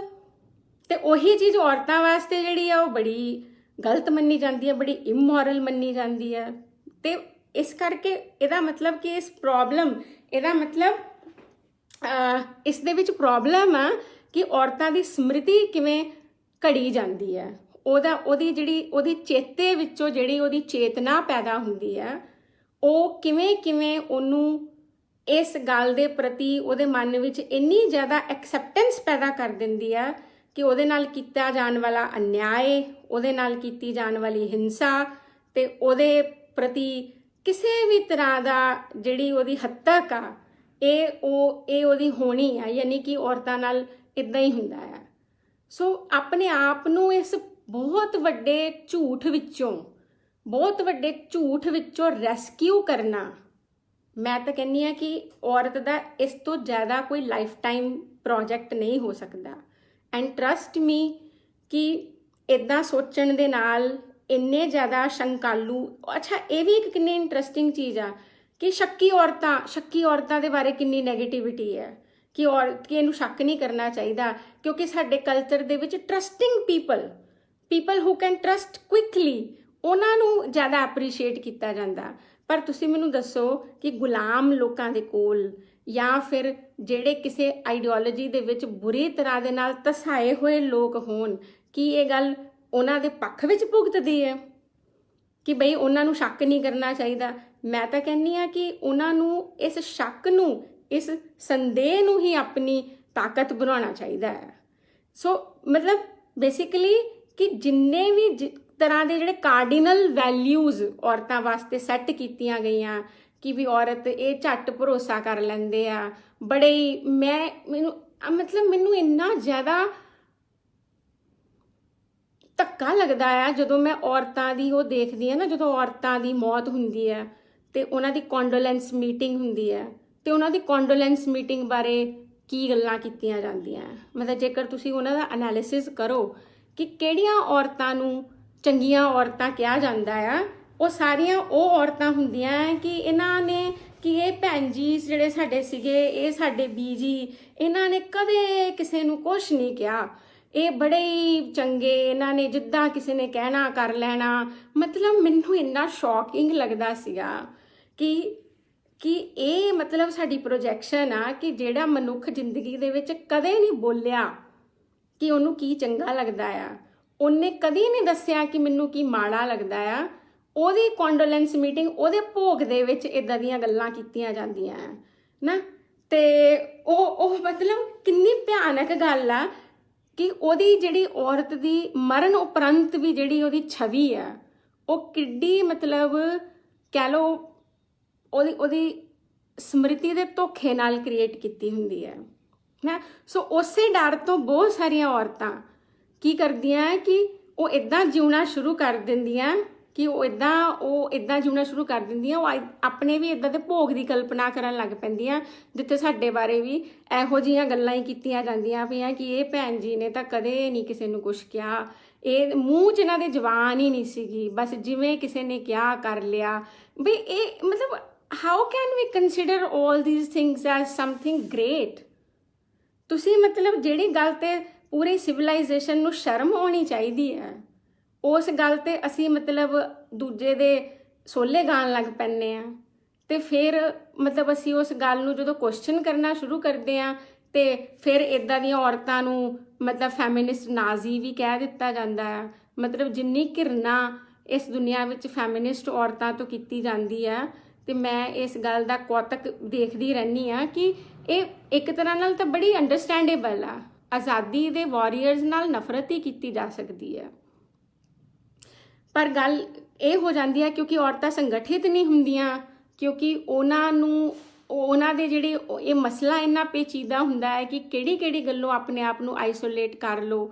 ਤੇ ਇਸ ਕਰਕੇ ਅਸੀਂ ਦੇਖ ਲਓ ਇੰਨੇ ਸਾਲਾਂ ਤੱਕ ਜਾਣਦੇ ਹੋਏ ਬੁੱਝਦੇ ਹੋਏ ਵੀ ਅਸੀਂ ਇਸ ਅੰਦੋਲਨ ਨੂੰ, ਆਜ਼ਾਦੀ ਦੇ ਇਸ ਸੰਘਰਸ਼ ਨੂੰ ਕਦੇ ਵੀ ਇੰਨਾ ਸੁਗਠਿਤ ਨਹੀਂ ਕਰ ਸਕੇ, ਉਹਨੂੰ ਇੰਨਾ ਮੋਬਿਲਾਈਜ਼ ਨਹੀਂ ਕਰ ਸਕੇ, ਕਿਉਂਕਿ ਉਹਦੀ ਵਜ੍ਹਾ ਇਹ ਆ ਕਿ ਸਾਡੀ ਮੈਮਰੀ ਸਾਨੂੰ ਅਲਾਓ ਨਹੀਂ ਕਰਦੀ, ਸਾਡੀ ਚੇਤਨਾ ਸਾਨੂੰ ਅਲਾਓ ਨਹੀਂ ਕਰਦੀ ਪਈ ਕਿ ਇਸ ਸਮਾਜ ਨਾਲ ਸਿਰੇ ਤੋਂ ਲੜਿਆ ਜਾ ਸਕਦਾ ਆ। ਪਰ ਇਹ ਤਾਂ ਤੁਹਾਡੀ ਸੋਚ ਆ ਨਾ, ਸਿਰੇ ਤੋਂ ਲੜਿਆ ਨਹੀਂ ਜਾ ਸਕਦਾ। ਇੱਦਾਂ ਤਾਂ ਨਹੀਂ ਆ ਕਿ ਲੜਿਆ ਨਹੀਂ ਜਾ ਸਕਦਾ, ਕਿਸੇ ਵੀ ਗੱਲ ਤੇ ਕੁਐਸਚਨ ਕੀਤਾ ਜਾ ਸਕਦਾ। ਤੁਸੀਂ ਮੈਂ ਕਹਿੰਦੀ ਪਿੱਛੇ ਮੁੜ ਕੇ ਆਪ ਆਪਣੀ ਕਹਾਣੀ ਨੂੰ ਦੇਖਣਾ ਸ਼ੁਰੂ ਕਰੋ, ਆਪ ਕਰਨ ਦੀ ਕੋਸ਼ਿਸ਼ ਕਰੋ ਕਿ ਕਿਹੜੀਆਂ ਗੱਲਾਂ ਨੇ ਮੇਰੀ ਇਸ ਚੇਤੇ ਨੂੰ, ਮੇਰੀ ਇਸ ਸਮ੍ਰਿਤੀ ਨੂੰ ਕੰਸਟਰਕਟ ਕੀਤਾ। ਇਸ ਕਰਕੇ ਜਦੋਂ ਮੈਂ ਅੱਜ ਸਵੇਰੇ ਫੇਸਬੁੱਕ ਤੇ ਇਸ ਗੱਲ ਦੀ ਅਨਾਉਂਸਮੈਂਟ ਲਿਖੀ ਸੀ ਤਾਂ ਉਹ 'ਚ ਮੈਂ ਇੱਕ ਗੱਲ ਲਿਖੀ ਸੀ ਕਿ ਚੇਤਨਾ ਦਾ ਵੀ ਕੋਈ ਜੈਂਡਰ ਹੁੰਦਾ ਹੈ। ਤਾਂ ਮੇਰਾ ਆਪਣਾ ਨਿੱਜੀ ਜਵਾਬ ਤਾਂ ਇਹੀ ਹੈ ਕਿ ਹਾਂ, ਇਸ ਦੁਨੀਆ ਵਿੱਚ ਸਭ ਦੀ ਇੱਥੇ ਮਨੁੱਖੀ ਚੇਤਨਾ ਦੇ ਨਾਮ ਤੇ ਪੁਰਖ ਦੀ ਚੇਤਨਾ ਹੈ। ਇੱਥੇ ਜਿਹਨੂੰ ਅਸੀਂ ਸਾਰੇ ਆਪਣੀ ਚੇਤਨਾ ਮੰਨੀ ਬੈਠੇ ਆ ਬਈ ਇਹ ਸਾਡੀ ਕਾਮਨ ਹਿਊਮਨ ਕੌਨਸ਼ੀਅਸਨੈਸ ਆ। ਮਾਈਂਡ ਯੂ, ਇਹ ਕਾਮਨ ਕੌਨਸ਼ੀਅਸਨੈਸ ਨਹੀਂ ਹੈ। ਇਹ ਕੌਨਸ਼ੀਅਸਨੈਸ ਦੇ ਵਿੱਚ ਇਹ ਕੌਨਸ਼ੀਅਸਨੈਸ ਕਿਹਦਾ ਪੱਖ ਧਰਦੀ ਹੈ, ਕਿਹਨੂੰ ਫੇਵਰ ਕਰਦੀ ਹੈ, ਤੇ ਇਹ ਕੌਨਸ਼ੀਅਸਨੈਸ ਕਿਹਦੀ ਆਜ਼ਾਦੀ ਨੂੰ ਬਹੁਤ ਸਲੀਕੇ ਦੇ ਨਾਲ ਰਿਸਟ੍ਰਿਕਟ ਕਰਦੀ ਹੈ। ਇਸ ਕਰਕੇ ਮੈਂ ਨਹੀਂ ਮੰਨਦੀ ਵੀ ਜਿਹੜੀ ਇੱਦਾਂ ਦਾ ਕੋਈ ਕਨਸੈਪਟ ਹੁੰਦਾ ਹੈ ਮਨੁੱਖੀ ਚੇਤਨਾ। ਮੇਰੇ ਹਿਸਾਬ ਨਾਲ ਚੇਤਨਾ ਦੇ ਦੋ ਆयाम ਆ ਕਿਸੇ ਵੀ ਸਮਾਜ ਦੇ ਵਿੱਚ, ਕਿਉਂਕਿ ਜੇਕਰ ਅਸੀਂ ਔਰਤਾਂ ਦੇ ਪ੍ਰਤੀ ਹਿੰਸਾ ਦੇ ਡਾਟਾ ਦੇਖੀਏ ਤਾਂ ਇੱਕ ਗੱਲ ਦੇ ਵਿੱਚ ਮੈਨੂੰ ਸਾਰੀ ਦੁਨੀਆ ਕਾਮਨ ਲੱਗਦੀ ਹੈ ਕਿ ਬਈ ਜਿਹੜਾ ਮਿਸੋਜਨੀ ਜਿਹੜੀ ਹੈ ਨਾ ਉਹ ਦੁਨੀਆ ਨੂੰ ਜੋੜਦੀ ਹੈ। ਲੋਕੀ ਕਹਿੰਦੇ ਆ ਕਿ ਦੁਨੀਆ ਨੂੰ ਮਨੁੱਖਤਾ ਜੋੜਦੀ ਆ, ਦੁਨੀਆ ਨੂੰ ਆਹ ਚੀਜ਼, ਸਾਰੇ ਸਮਾਜਾਂ ਨੂੰ ਆਹ ਚੀਜ਼ ਜੋੜਦੀ ਆ, ਉਹ ਜੋੜਦੀ ਆ, ਪਰ ਮੈਨੂੰ ਨਹੀਂ ਲੱਗਦਾ ਕਿ ਮਤਲਬ ਇਹ ਚੀਜ਼ਾਂ ਜੋੜਦੀਆਂ। ਮੈਨੂੰ ਲੱਗਦਾ ਮਿਸੋਜਨੀ ਕਨੈਕਟਸ ਦ ਹੋਲ ਵਰਲਡ। ਮਤਲਬ ਮੈਂ ਸੋਚਦੀ ਸੀ ਕਿ ਵੀ ਜਾਪਾਨ ਦੇ ਲੋਕਾਂ ਦੀ ਰੈਜ਼ਿਲੀਐਂਸ, ਜਾਪਾਨ ਦੀ ਸਿਵਲਾਈਜੇਸ਼ਨ ਜਿਹੜੀ ਉਹਨਾਂ ਨੇ ਇਵੋਲਵ ਕੀਤੀ ਹੈ, ਮੈਨੂੰ ਬੜੀ ਚੰਗੀ ਲੱਗਦੀ ਹੈ। ਕੱਲ ਨਾ ਕਿਸੇ ਨੇ ਮੈਨੂੰ, ਚਲੋ ਹੋ ਸਕਦਾ ਉਹ ਫੇਕ ਵੀ ਹੋਵੇ, ਮੈਂ ਉਹਨੂੰ ਡਿਸਕਲੇਮ ਕਰਕੇ ਗੱਲ ਕਰਦੀ ਹਾਂ, ਪਰ ਮੈਨੂੰ ਜ਼ਿਆਦਾ ਬੇਯਕੀਨੀ ਵੀ ਨਹੀਂ ਹੈ ਕਿ ਇਦਾਂ ਨਹੀਂ ਹੋ ਸਕਦਾ। ਇੱਕ ਮੈਸੇਜ ਸੀਗਾ ਜਿਸ 'ਚ ਲਿਖਿਆ ਸੀਗਾ ਕਿ ਜਾਪਾਨ ਦੇ ਵਿੱਚ ਕਿਸੇ ਨੇ ਇਹ ਘੋਸ਼ਣਾ ਕੀਤੀ ਆ ਵੀ ਕੋਵਿਡ ਦੇ ਦਿਨਾਂ ਵਿੱਚ ਨਾ ਸ਼ਾਪਿੰਗ ਕਰਨ ਵਾਸਤੇ ਮਰਦਾਂ ਨੂੰ ਘਰੋਂ ਜਾਣਾ ਚਾਹੀਦਾ, ਕਿਉਂਕਿ ਔਰਤਾਂ ਨਾ ਬਹੁਤ ਟਾਈਮ ਲਾਉਂਦੀਆਂ ਆ ਸਮਾਨ ਖਰੀਦਣ ਦੇ ਵਿੱਚ। ਹੁਣ ਦੇਖਣ ਨੂੰ ਤਾਂ ਇਹ ਕਿੰਨੀ ਇਨੋਕੂਅਸ ਜੀ ਗੱਲ ਲੱਗਦੀ ਹੈ, ਪਰ ਕੀ ਇਹ ਇਨੋਕੂਅਸ ਆ? ਮਤਲਬ ਮਿਸੋਜਨੀ ਕਿੰਨੀ ਇੰਟਰਨਲਾਈਜ਼ਡ ਆ। ਮਤਲਬ ਤੁਹਾਨੂੰ ਲੱਗਦਾ ਕਿ ਇੱਕ ਔਰਤ ਨੂੰ ਕ੍ਰਾਈਸਿਸ ਦੇ ਵਿੱਚ ਇੰਨੀ ਅਕਲ ਨਹੀਂ ਹੋਊਗੀ ਕਿ ਵੀ ਜੇ ਬਾਜ਼ਾਰ ਦੇ ਵਿੱਚ ਰਸ਼ ਨਾ ਹੋਵੇ ਤਾਂ ਉਹ ਮਤਲਬ ਉਹਨੂੰ ਫਟਾਫਟ ਸ਼ਾਪਿੰਗ ਕਰਨੀ ਆਉਂਦੀ ਹੋਊਗੀ। ਯਾਨੀ ਕਿੱਦਾਂ ਦੀ ਅੰਡਰ ਐਸਟੀਮੇਸ਼ਨ ਆ। ਇਸ ਕਰਕੇ ਮੈਨੂੰ ਅੰਬੇਡਕਰ ਦੀ ਇਹ ਗੱਲ ਦੀ ਮੈਂ ਬਹੁਤ ਸਮਰਥਕ ਹਾਂ ਕਿ ਉਸ ਬੰਦੇ ਨੇ ਕਿਹਾ ਸੀਗਾ ਕਿ ਮੈਂ ਕਿਸੇ ਸਮਾਜ ਦਾ ਡਿਵੈਲਪਮੈਂਟ ਇਸ ਗੱਲ ਤੋਂ ਮੈਜ਼ਰ ਕਰਦਾ ਹੈ ਕਿ ਉੱਥੋਂ ਦੀਆਂ ਔਰਤਾਂ ਕਿੰਨੀਆਂ ਆਜ਼ਾਦ ਆ। ਮਤਲਬ ਉਹ ਜਦੋਂ ਮੈਂ ਜਾਪਨੀਜ਼ ਸਿਵਲਾਈਜੇਸ਼ਨ ਬਾਰੇ ਵੇਖਦੀ ਪਈ ਸੀ ਤੇ ਮੈਨੂੰ ਲੱਗਾ ਕਿ ਵੀ ਇਹਨਾਂ ਨੂੰ ਇਦਾਂ ਲੱਗਦਾ ਨਾ ਜਿਵੇਂ ਇਸ ਦੁਨੀਆ ਦੇ ਕ੍ਰਾਈਸਿਸ ਨੂੰ, ਇਸ ਦੁਨੀਆ ਦੀਆਂ ਪ੍ਰੋਬਲਮਸ ਨੂੰ ਡੀਲ ਕਰਨ ਵਾਸਤੇ ਜਿਹੜੇ ਪ੍ਰੋ ਆ ਉਹ ਸਿਰਫ ਮੈਨ ਹੋ ਸਕਦੇ ਆ, ਪਰ ਦੈਟਸ ਨਾਟ ਟਰੂ। ਇਹ ਸਰਾਸਰ ਅੰਡਰ ਐਸਟੀਮੇਸ਼ਨ ਆ। ਤੁਹਾਨੂੰ ਕੀ ਲੱਗਦਾ ਫਿਰ ਜਦੋਂ ਮੈਂ ਇਹ ਗੱਲ ਕਹਿੰਨੀ ਆ ਕਿ ਬਈ ਚੇਤਨਾ ਦਾ ਜੈਂਡਰ ਹੁੰਦਾ ਆ ਤੇ ਉਹ ਕੋਈ ਗਲਤ ਚੀਜ਼ ਨਹੀਂ ਆ। ਜਿਹੜਾ ਬੰਦਾ ਇਦਾਂ ਦੀ ਗੱਲ ਕਹਿੰਦਾ ਪਿਆ ਕਿ ਕੋਵਿਡ ਦੇ ਦਿਨਾਂ ਵਿੱਚ ਔਰਤਾਂ ਨੂੰ ਸ਼ਾਪਿੰਗ ਤੇ ਨਹੀਂ ਜਾਣਾ ਚਾਹੀਦਾ ਘਰ ਦਾ ਰਾਸ਼ਨ ਪਾਣੀ ਲੈਣ ਵਾਸਤੇ ਕਿਉਂਕਿ ਉਹ ਟਾਈਮ ਬਹੁਤ ਲਾਉਂਦੀਆਂ, ਤੇ ਤੁਹਾਨੂੰ ਨਹੀਂ ਲੱਗਦਾ ਕਿ ਇਹਦੇ ਵਿੱਚ ਇੱਕ ਪ੍ਰਿਜ਼ੰਪਸ਼ਨ ਆ, ਇਹਦੇ ਵਿੱਚ ਇੱਕ ਬਹੁਤ ਵੱਡਾ ਜੈਂਡਰ ਬਾਇਸ ਛੁਪਿਆ ਹੋਇਆ ਹੈ। ਤੇ ਥੋੜੇ ਇਹਨਾਂ ਦਿਨਾਂ ਦੇ ਵਿੱਚ ਹੀ ਮੈਂ ਇੱਕ ਬੰਦੇ ਦੀ ਇੱਕ ਹੋਰ ਵੀਡੀਓ ਦੇਖੀ, ਉਹ ਕਹਿੰਦਾ ਪਿਆ ਸੀਗਾ ਵੀ ਮੈਂ ਨਾ ਕੋਰੋਨਾ ਵਾਇਰਸ ਨਾਲ ਡੀਲ ਕਰਨ ਦੀ ਨਾ ਇੱਕ ਆਯੁਰਵੈਦਿਕ ਵਿਧੀ ਬਣਾਈ ਆ। ਤੇ ਉਹਨੇ ਪਹਿਲਾਂ ਹੀ ਕਿਹਾ ਵੀ ਦੇਖੋ ਘਰ ਦੀਆਂ ਮਾਤਾਓ, ਘਰ ਦੀ ਉਹ ਭੈਣੋ, ਮਤਲਬ ਕਿਉਂਕਿ ਘਰ ਉਹ ਔਰਤਾਂ ਦੀ ਆਈਡੈਂਟੀਫਿਕੇਸ਼ਨ ਸਿਰਫ ਮਾਤਾ ਤੇ ਭੈਣ ਨਾਲ ਹੀ ਆ, ਉਹਨਾਂ ਨੂੰ ਕੋਈ ਨਾਗਰਿਕ ਮੰਨਣ ਵਾਸਤੇ ਤਾਂ ਤਿਆਰ ਹੀ ਨਹੀਂ ਆ। ਮੈਂ ਤਾਂ ਇਦਾਂ ਦਾ ਇੱਕ ਪਹਿਲਾਂ ਵੀ ਇੱਕ ਆਰਟੀਕਲ ਲਿਖਿਆ ਸੀ ਕਿ ਸਾਨੂੰ ਇਸ ਗੱਲ ਦਾ ਵਿਰੋਧ ਕਰਨਾ ਚਾਹੀਦਾ ਹੈ ਕਿ ਪਬਲਿਕ ਮੀਟਿੰਗਸ ਦੇ ਵਿੱਚ ਸਾਨੂੰ ਮਾਤਾ ਤੇ ਭੈਣਾਂ ਕਿਉਂ ਕਿਹਾ ਜਾਂਦਾ ਹੈ। ਅਸੀਂ ਤਾਂ ਨਹੀਂ ਤੁਹਾਡੀ ਮਾਂ ਲੱਗਦੇ ਜਾਂ ਤੁਹਾਡੀਆਂ ਭੈਣਾਂ ਲੱਗਦੇ।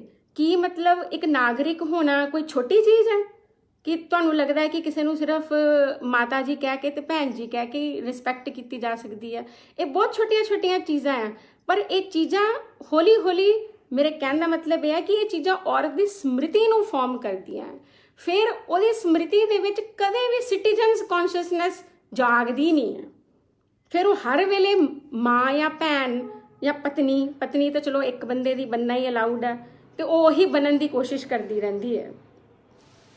ਸੋ ਇਸ ਕਰਕੇ ਮੇਰਾ ਇਹ ਕਹਿਣ ਦਾ ਮਤਲਬ ਇਹ ਹੈ ਕਿ ਚੇਤਨਾ ਨੂੰ, ਕੌਨਸ਼ੀਅਸਨੈਸ ਨੂੰ ਕੋਈ ਪਵਿੱਤਰ, ਸੇਕਰਡ, ਅਨਕੁਐਸਚਨੇਬਲ ਚੀਜ਼ ਨਹੀਂ ਮੰਨਣਾ ਚਾਹੀਦਾ, ਤੇ ਔਰਤਾਂ ਨੂੰ ਪੂਰਾ ਅਧਿਕਾਰ ਇਸ ਚੀਜ਼ ਦਾ ਹੋਣਾ ਚਾਹੀਦਾ ਕਿ ਇਸ ਦੁਨੀਆ ਵਿੱਚ ਸਿਰਫ ਆ ਕੇ ਕੁਝ ਰੋਲਸ ਨਿਭਾਉਣਾ ਹੀ ਕਾਫੀ ਕੁਝ ਨਹੀਂ ਹੁੰਦਾ।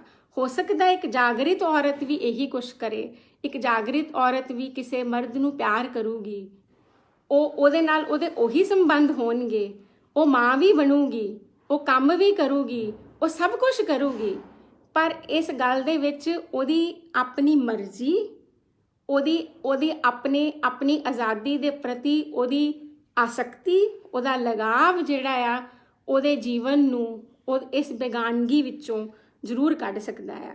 ਸੋ ਇਸ ਕਰਕੇ ਦੇਖੋ, ਚਿੰਤਨ ਤਾਂ ਇੱਕ ਥਰਡ ਸਟੇਜ ਆ ਨਾ। ਚਿੰਤਨ ਤਾਂ ਉਹ ਬੰਦਾ ਕਰੂਗਾ ਜਿਹੜਾ ਆਪਣੇ ਚੇਤੇ ਤੇ ਆਪਣੇ ਜਿਹੜੇ ਚੇਤਨਾ ਨੂੰ ਕੁਐਸਚਨ ਕਰ ਸਕਦਾ ਆ।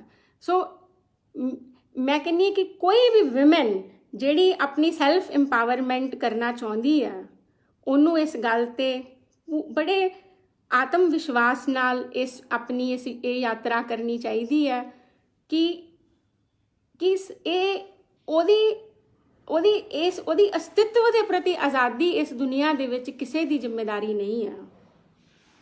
ਇਹ ਜਿਹੜੀ ਚੀਜ਼ ਆ ਉਹਨੂੰ ਆਪਣੇ ਵਾਸਤੇ ਖੁਦ ਹੀ ਕਰਨੀ ਪਊਗੀ, ਜਾਂ ਜ਼ਿਆਦਾ ਤੋਂ ਜ਼ਿਆਦਾ ਜਿਹੜੇ ਲੋਕ ਇਹਨਾਂ ਚੀਜ਼ਾਂ ਦੇ ਚੰਗੁਲ ਵਿੱਚੋਂ ਨਿਕਲ ਚੁੱਕੇ ਆ, ਜਾਂ ਉਹਨੂੰ ਕਲੀਅਰਲੀ ਮੈਂ ਕਹਾਂ ਜਿਹੜੀਆਂ ਫੈਮਿਨਿਸਟ ਔਰਤਾਂ ਆ, ਜਿਹੜੀਆਂ ਇਹ ਮੰਨਦੀਆਂ ਆ ਕਿ ਔਰਤਾਂ ਦੀ ਆਪਣੀ ਚੇਤਨਾ ਹੋਣੀ ਚਾਹੀਦੀ ਹੈ।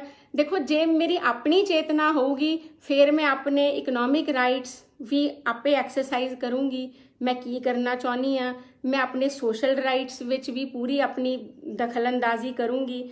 ਤੇ ਸੋ ਇਹ ਚੀਜ਼ਾਂ ਜਿਹੜੀਆਂ ਸਾਰੀਆਂ ਹੋਰ ਆਜ਼ਾਦੀ ਦੇ ਜਿਹੜੇ ਸੰਘਰਸ਼ ਆ ਉਹ ਨਿਕਲਦੇ ਤਾਂ ਬੇਸਿਕਲੀ ਸਾਡੇ ਕਿਤੇ ਨਾ ਕਿਤੇ ਆਪਣੇ ਮਾਈਂਡ ਚੋਂ ਹੀ ਨਿਕਲਦੇ ਆ ਨਾ, ਆਪਣੀ ਚੇਤਨਾ ਚੋਂ ਨਿਕਲਦੇ ਆ। ਤੋ ਚਾਹੇ ਇਹ ਸਟਰਗਲ ਬਹੁਤ ਕਠਿਨ ਆ, ਚਾਹੇ ਇਹ ਬਹੁਤ ਮੁਸ਼ਕਿਲ ਆ, ਆਪਣੇ ਜੀਵੇ ਹੋਏ ਜੀਵਨ ਨੂੰ ਉਹਦੇ ਉੱਪਰ ਕਾਂਟਾ ਮਾਰਨਾ। ਮੈਨੂੰ ਵੀ ਜਦੋਂ ਮੈਂ ਇਦਾਂ ਦੀਆਂ ਚੀਜ਼ਾਂ ਦੇ ਉੱਪਰ ਮੈਂ ਜ਼ਿਆਦਾ ਇੰਟੈਂਸਲੀ ਸੋਚਦੀ ਪਈ ਸੀ ਤੇ ਮੈਨੂੰ ਬਹੁਤ ਜ਼ਿਆਦਾ ਮੈਨੂੰ ਰੋਣਾ ਆਉਂਦਾ ਸੀਗਾ। ਮੈਂ ਇਹ ਸੋਚਦੀ ਹੁੰਦੀ ਸੀ ਕਿ ਆਪਣੇ ਲਿਵਡ ਐਕਸਪੀਰੀਐਂਸਿਸ ਦੇ ਪ੍ਰਤੀ ਕ੍ਰਿਟੀਕਲ ਹੋਣਾ, ਉਹ ਸਾਰੀਆਂ ਚੀਜ਼ਾਂ, ਉਹ ਮੈਂ ਇੱਕ ਵਾਰ ਲਿਖਿਆ ਵੀ ਸੀਗਾ ਕਿ ਉਹ ਸਾਰੇ ਰੋਮਾਂਟਿਕ ਸੌਂਗਸ ਜਿਹੜੇ ਮੈਨੂੰ ਬਹੁਤ ਚੰਗੇ ਲੱਗਦੇ ਸੀ, ਉਹਨਾਂ ਵਿੱਚ ਹੁਣ ਮੈਨੂੰ ਇੰਨੀ ਮਿਸੋਜਨੀ ਨਜ਼ਰ ਆਉਂਦੀ ਹੈ। ਤਾਂ ਕੀ ਇਹਦਾ ਮਤਲਬ ਇੱਕ ਇੰਡੀਪੈਂਡੈਂਸ ਦੇ ਰਸਤੇ ਤੇ ਚੱਲੀ ਹੋਈ ਔਰਤ ਵਾਸਤੇ ਕੀ ਇਸ ਕਲਚਰ ਕੋਲ ਆਫਰ ਕਰਨ ਵਾਸਤੇ ਕੋਈ ਚੀਜ਼ ਨਹੀਂ ਆ? ਸੋ ਫਿਰ ਮੈਂ ਇਹਦੇ ਉੱਪਰ ਹੋਰ ਜ਼ਿਆਦਾ ਸੋਚਿਆ, ਮੈਨੂੰ ਲੱਗਾ ਕਿ ਇਦਾਂ ਹੀ ਹੁੰਦਾ ਆ। That is how societies should proceed further. ਇਸ ਗੱਲ ਨਾਲ ਕੋਈ ਫਰਕ ਨਹੀਂ ਪੈਂਦਾ ਜੇ ਇੱਕ ਜਾਗਰਿਤ ਔਰਤ ਵਾਸਤੇ ਇਸ ਕਲਚਰ ਕੋਲ ਬਹੁਤਾ ਕੁਛ ਉਹਨੂੰ ਆਫਰ ਕਰਨ ਵਾਸਤੇ ਨਹੀਂ ਆ, ਕਿਉਂਕਿ ਅਵੇਕਨਡ ਵਿਮਨ ਜਾਂ ਅਵੇਕਨਡ ਹਿਊਮਨ ਬੀਇੰਗਸ ਦੇ ਨਾਲ ਉਹਨਾਂ ਨੂੰ ਸਹਿਣਾ ਵੀ ਬਹੁਤ ਮੁਸ਼ਕਿਲ ਹੁੰਦਾ ਹੈ। ਪਰ ਇਸ ਮੁਸ਼ਕਿਲ ਦਾ ਫਿਰ ਵੀ ਸਾਹਮਣਾ ਕਰਨਾ ਚਾਹੀਦਾ। ਮੈਨੂੰ ਲੱਗਦਾ ਇਸ ਵੇਲੇ ਜਿਹੜਾ ਵਿਮਨ ਦਾ ਜਿਹੜਾ ਇੱਕ ਮੈਂਡੇਟ ਆ, ਉਹਨਾਂ ਦੇ ਮੈਂ ਜੋ ਸਮਝਦੀ ਹਾਂ ਨਿੱਜੀ ਤੌਰ ਤੇ, ਉਹ ਇਹ ਆ ਕਿ ਉਹਨਾਂ ਨੂੰ ਇਕੱਲੇ ਹੋ ਜਾਣ ਦੇ ਖਤਰੇ ਤੋਂ ਲੈ ਕੇ ਤੇ ਹੋਰ ਸਾਰੀਆਂ ਚੀਜ਼ਾਂ ਜਿਹੜੀਆਂ ਇਹਦੇ ਕੌਨਸੀਕੁਐਂਸਿਸ ਵਜੋਂ ਸਾਨੂੰ ਮਿਲਦੀਆਂ ਆ ਕਿ ਅਸੀਂ ਜਿਹੜੀ ਮਨੁੱਖੀ ਚੇਤਨਾ ਨੂੰ ਆਪਣੀ ਚੇਤਨਾ ਮੰਨਣ ਤੋਂ ਇਨਕਾਰ ਕਰਦੇ ਹਾਂ, ਕਿਉਂਕਿ ਉਹ ਚੇਤਨਾ ਮੈਨੂੰ ਫੇਵਰ ਨਹੀਂ ਕਰਦੀ। ਉਹ ਚੇਤਨਾ ਮੈਨੂੰ ਉਸ ਚੇਤਨਾ ਦੇ ਵਿੱਚ ਮੈਨੂੰ ਜ਼ਬਰਦਸਤੀ ਮੈਨੂੰ ਡੁਬਾਇਆ ਗਿਆ ਆ। ਮੈਂ ਇਹ ਕੁਐਸਚਨ ਕਰ ਸਕਦੀ ਹਾਂ, ਤਾਂ ਹੋ ਸਕਦਾ ਮੇਰੀ ਦੁਨੀਆ, ਮੇਰਾ ਜੀਵਨ ਥੋੜਾ ਛੋਟਾ ਹੋ ਜਾਵੇ। ਹੋ ਸਕਦਾ ਬਹੁਤ ਸਾਰੀਆਂ ਚੀਜ਼ਾਂ ਦੇ ਨਾਲ ਜਿਹੜੀਆਂ ਕਲਚਰਲ ਇੰਸਟੀਟਿਊਸ਼ਨਸ ਆ, ਮੈਂ ਉਹਦੇ ਨਾਲ ਸਹਿਮਤ ਨਾ ਹੋ ਸਕਾਂ, ਪਰ ਇਹ ਮੇਰੇ ਲਈ ਇਹ ਹੁਣ ਕਿਸੇ ਵੂਮਨ ਦੀ ਮੋਰਾਲਿਟੀ ਇਹ ਹੋਣੀ ਚਾਹੀਦੀ ਆ। ਮੈਂ ਸਮਝਦੀ ਹਾਂ ਕਿ ਇਹੀ ਔਰਤ ਦੀ ਮੋਰਾਲਿਟੀ ਆ ਕਿ ਉਹ ਇੰਨੀਆਂ ਬੇਸਿਕ ਚੀਜ਼ਾਂ ਤੋਂ ਸ਼ੁਰੂ ਕਰੇ ਕਿ ਉਹਦੇ ਬਹੁਤ ਫੰਡਾਮੈਂਟਲ ਬਿਲੀਫਸ, ਉਹਦੇ ਬਹੁਤ ਡੂੰਘੇ ਡੂੰਘੇ ਜਿਹਦੇ ਤੋਂ ਉਹ ਆਪਣਾ ਜ਼ਿੰਦਗੀ ਦਾ ਅਰਥ ਪਾਉਂਦੀ ਸੀ। ਜਿੱਦਾਂ ਮੈਂ ਤੁਹਾਨੂੰ ਦੱਸਿਆ ਕਿ ਔਰਤਾਂ ਦੇ ਮਰਨ ਤੋਂ ਬਾਅਦ ਉਹਨਾਂ ਦੇ ਭੋਗ ਦੇ ਉੱਤੇ ਵੀ ਕੀ ਗੱਲਾਂ ਕਹੀਆਂ ਜਾਂਦੀਆਂ, ਉਹਨੂੰ ਉਹ ਵਾਲਾ ਸਾਰਾ ਚਿੰਤਨ ਜਿਹੜਾ ਉਹ ਚਿੰਤਨ ਉਹਦੇ ਪੱਖ ਵਿੱਚ ਨਹੀਂ ਭੁਗਤਦਾ। ਉਹਨੂੰ ਆਪਣਾ ਚਿੰਤਨ ਆਪ ਕਰਨਾ ਚਾਹੀਦਾ।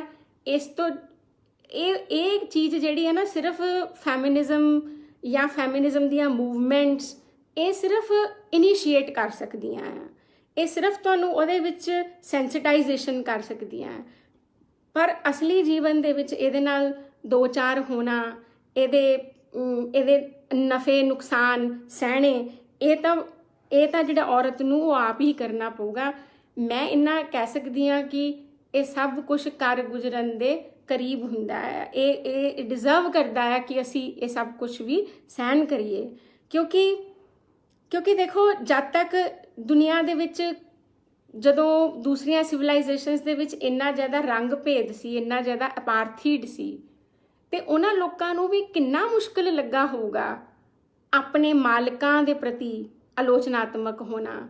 ਜਾਂ ਇੰਡੀਅਨ ਸਿਚੁਏਸ਼ਨ ਦੇ ਵਿੱਚ ਮੈਂ ਕਹਿੰਦੀ ਹੁੰਦੀ ਹਾਂ ਕਿ ਦਲਿਤਾਂ ਨੂੰ ਕਿੰਨਾ ਔਖਾ ਲੱਗਾ ਹੋਊਗਾ ਉਸ ਆਦਤ ਵਿੱਚੋਂ, ਉਸ ਕੰਡੀਸ਼ਨਿੰਗ ਵਿੱਚੋਂ ਨਿਕਲਣਾ ਕਿ ਵੀ ਉਹ ਮਤਲਬ ਉਹਨਾਂ ਨੂੰ ਉਹ ਬਹੁਤ ਕੁਝ ਡਿਜ਼ਰਵ ਕਰਦੇ ਆ। ਉਹਨਾਂ ਦੇ ਕੋਲੋਂ ਸਾਧਨਾ ਨੂੰ ਖੋਇਆ ਗਿਆ। ਇਸ ਗੱਲ ਨੂੰ ਮੰਨਣਾ ਕਿ ਇਸ ਦੁਨੀਆ ਦੇ ਵਿੱਚ ਮੇਰੀ ਏਲੀਏਨੇਸ਼ਨ ਕੀਤੀ ਗਈ, ਮੇਰੇ ਨਾਲ ਧੋਖਾ ਹੋਇਆ। ਠੀਕ ਆ, ਇਹ ਬੜੀਆਂ ਭਾਰੀਆਂ ਗੱਲਾਂ ਸਾਨੂੰ ਲੱਗਦੀਆਂ, ਬੜੀਆਂ ਸੈਂਟੀਮੈਂਟਲ ਲੱਗਦੀਆਂ, ਪਰ ਇਹ ਸੈਂਟੀਮੈਂਟਲ ਨਹੀਂ ਆ। ਮੈਂ ਕਹਿੰਦੀ ਕਿ ਇਸ ਤੋਂ ਮੈਂ ਇੱਕ ਨਕਲੀ ਰੌਸ਼ਨੀ ਤੋਂ, ਕਹਿੰਦੇ ਹੁੰਦੇ ਕਿ ਇੱਕ ਸੱਚੇ ਹਨੇਰੇ ਵਿੱਚ ਰਹਿਣਾ ਇੱਕ ਆਦਮੀ ਵਾਸਤੇ ਜ਼ਿਆਦਾ ਮੁਫੀਦ ਹੁੰਦਾ ਆ। ਸੋ ਆਈ ਬਿਲੀਵ ਕਿ ਔਰਤਾਂ ਨੂੰ ਆਪਣੀ ਸਮ੍ਰਿਤੀ, ਉਹਨਾਂ ਦੇ ਬਾਰੇ ਕਲਚਰ ਦੇ ਵਿੱਚ ਜੋ ਵੀ ਗੱਲਾਂ, ਜੋ ਵੀ ਵਿਚਾਰ ਪ੍ਰਸਾਰਿਤ ਤੇ ਪ੍ਰਕਾਸ਼ਿਤ ਕੀਤੇ ਗਏ ਆ, ਉਹਨਾਂ ਨੂੰ ਉਹਦੇ ਪ੍ਰਤੀ ਇੱਕ ਓਨੈਸਟ ਡਾਊਟ ਰੱਖਣਾ ਚਾਹੀਦਾ ਹੈ। ਤੇ ਹਰ ਉਹ ਚੀਜ਼ ਜਿਹੜੀ ਉਹਨੂੰ ਲੱਗਦਾ ਕਿ ਇਦਾਂ ਹੀ ਹੁੰਦੀ ਆ, ਇਦਾਂ ਹੀ ਚੱਲੀ ਆ ਰਹੀ ਆ, ਇਸ ਗੱਲ ਤੇ ਖਾਸ ਤੌਰ ਤੇ ਰੁਕ ਕੇ ਸੋਚਣਾ ਚਾਹੀਦਾ ਹੈ ਕਿ ਕਿੱਥੋਂ ਚੱਲੀ ਆਂਦੀ ਪਈ ਆ, ਕਿੰਨੇ ਚਲਾਈ ਆ, ਕਿਉਂ ਚਲਾਈ ਆ, ਇਹਦੇ ਚਲਾਉਣ ਨਾਲ ਨੁਕਸਾਨ ਕਿਹਨੂੰ ਹੁੰਦਾ ਹੈ, ਇਹਦੇ ਚਲਾਉਣ ਨਾਲ ਫਾਇਦਾ ਕਿਹਨੂੰ ਹੁੰਦਾ ਹੈ।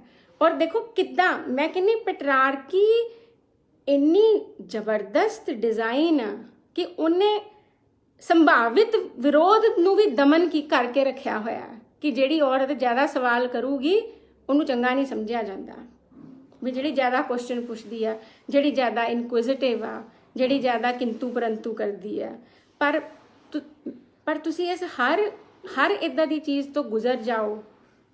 ਹਰ ਇਹ ਵਰਥ ਆ ਕਿ we really face these difficult moments. ਕਿ ਕੋਈ ਮੈਨੂੰ ਕਹਿੰਦਾ ਪਿਆ ਕਿ ਕੁਐਸਚਨ ਬਹੁਤ ਕਰਦੀ ਆ, ਪਹਿਲੇ ਤਾਂ ਥੋੜੇ ਸਾਲਾਂ ਤੱਕ ਤਾਂ ਮੈਂ ਵੀ ਸੁਣਦੀ ਹੁੰਦੀ ਸੀ ਕਿ ਇੱਦਾਂ ਦੀਆਂ ਕੁੜੀਆਂ ਨਾਲ ਕੋਈ ਵਿਆਹ ਕਰਾਉਣਾ ਪਸੰਦ ਨਹੀਂ ਕਰਦਾ ਜਿਹੜੀਆਂ ਬਹੁਤ ਜ਼ਿਆਦਾ ਕੁਐਸਚਨ ਪੁੱਛਦੀਆਂ।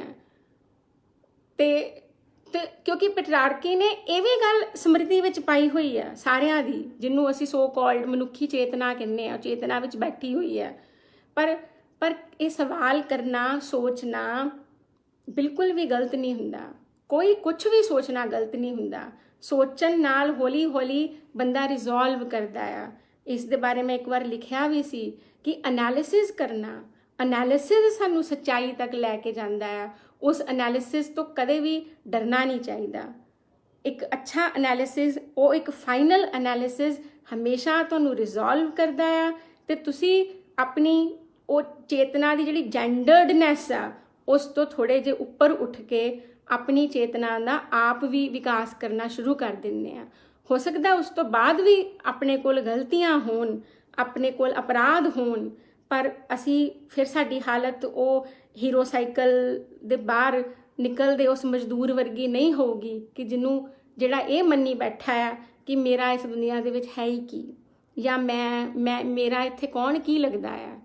ਕਿਉਂਕਿ ਇਹ ਆਪਣੀ ਇਸ ਬਿਲੋਂਗਿੰਗਨੈਸ ਨੂੰ ਖੜਾ ਕਰਨ ਵਾਸਤੇ, ਇਸ ਬਿਲੋਂਗਿੰਗਨੈਸ ਨੂੰ ਜਨਰੇਟ ਕਰਨ ਵਾਸਤੇ ਇਹ ਬਹੁਤ ਜ਼ਰੂਰੀ ਹੈ ਕਿ ਅਸੀਂ ਇੱਦਾਂ ਦੀ ਬੇਸਿਕਸ ਤੋਂ ਆਪਣੀ ਇਹ ਜਰਨੀ ਸ਼ੁਰੂ ਕਰੀਏ ਕਿ ਔਰਤਾਂ ਦਾ ਜਿਹੜਾ ਚਿੱਤ ਤੇ ਚੇਤਾ ਤੇ ਚੇਤਨਾ ਤੇ ਚਿੰਤਨ, ਇਹਨਾਂ ਸਾਰਿਆਂ ਨੂੰ ਗਿਵਨ ਨਹੀਂ ਸਮਝਣਾ ਚਾਹੀਦਾ ਕਿ ਜਿਹੜੀਆਂ ਸਾਨੂੰ ਆਲਰੇਡੀ ਕਹਿ ਦਿੱਤਾ ਗਿਆ ਉਹ ਕੋਈ ਇਸ ਜੀਵਨ ਦਾ ਜਾਂ ਇਸ ਦੁਨੀਆ ਦਾ ਕੋਈ ਅੰਤਿਮ ਸੱਚ ਆ। ਸੋ ਇਹ ਮੇਰੇ ਖਿਆਲ ਨਾਲ ਨੀਤੂ ਨੇ ਜਿਹੜੀ ਇੱਕ ਸੀਰੀਜ਼ ਸ਼ੁਰੂ ਕੀਤੀ ਉਸ ਦੀ ਪਹਿਲੀ ਕੜੀ ਦੇ ਲਈ ਇੰਨਾ ਹੀ ਗੱਲਬਾਤ ਕਰਨੀ ਬਹੁਤ ਰਹੇਗੀ।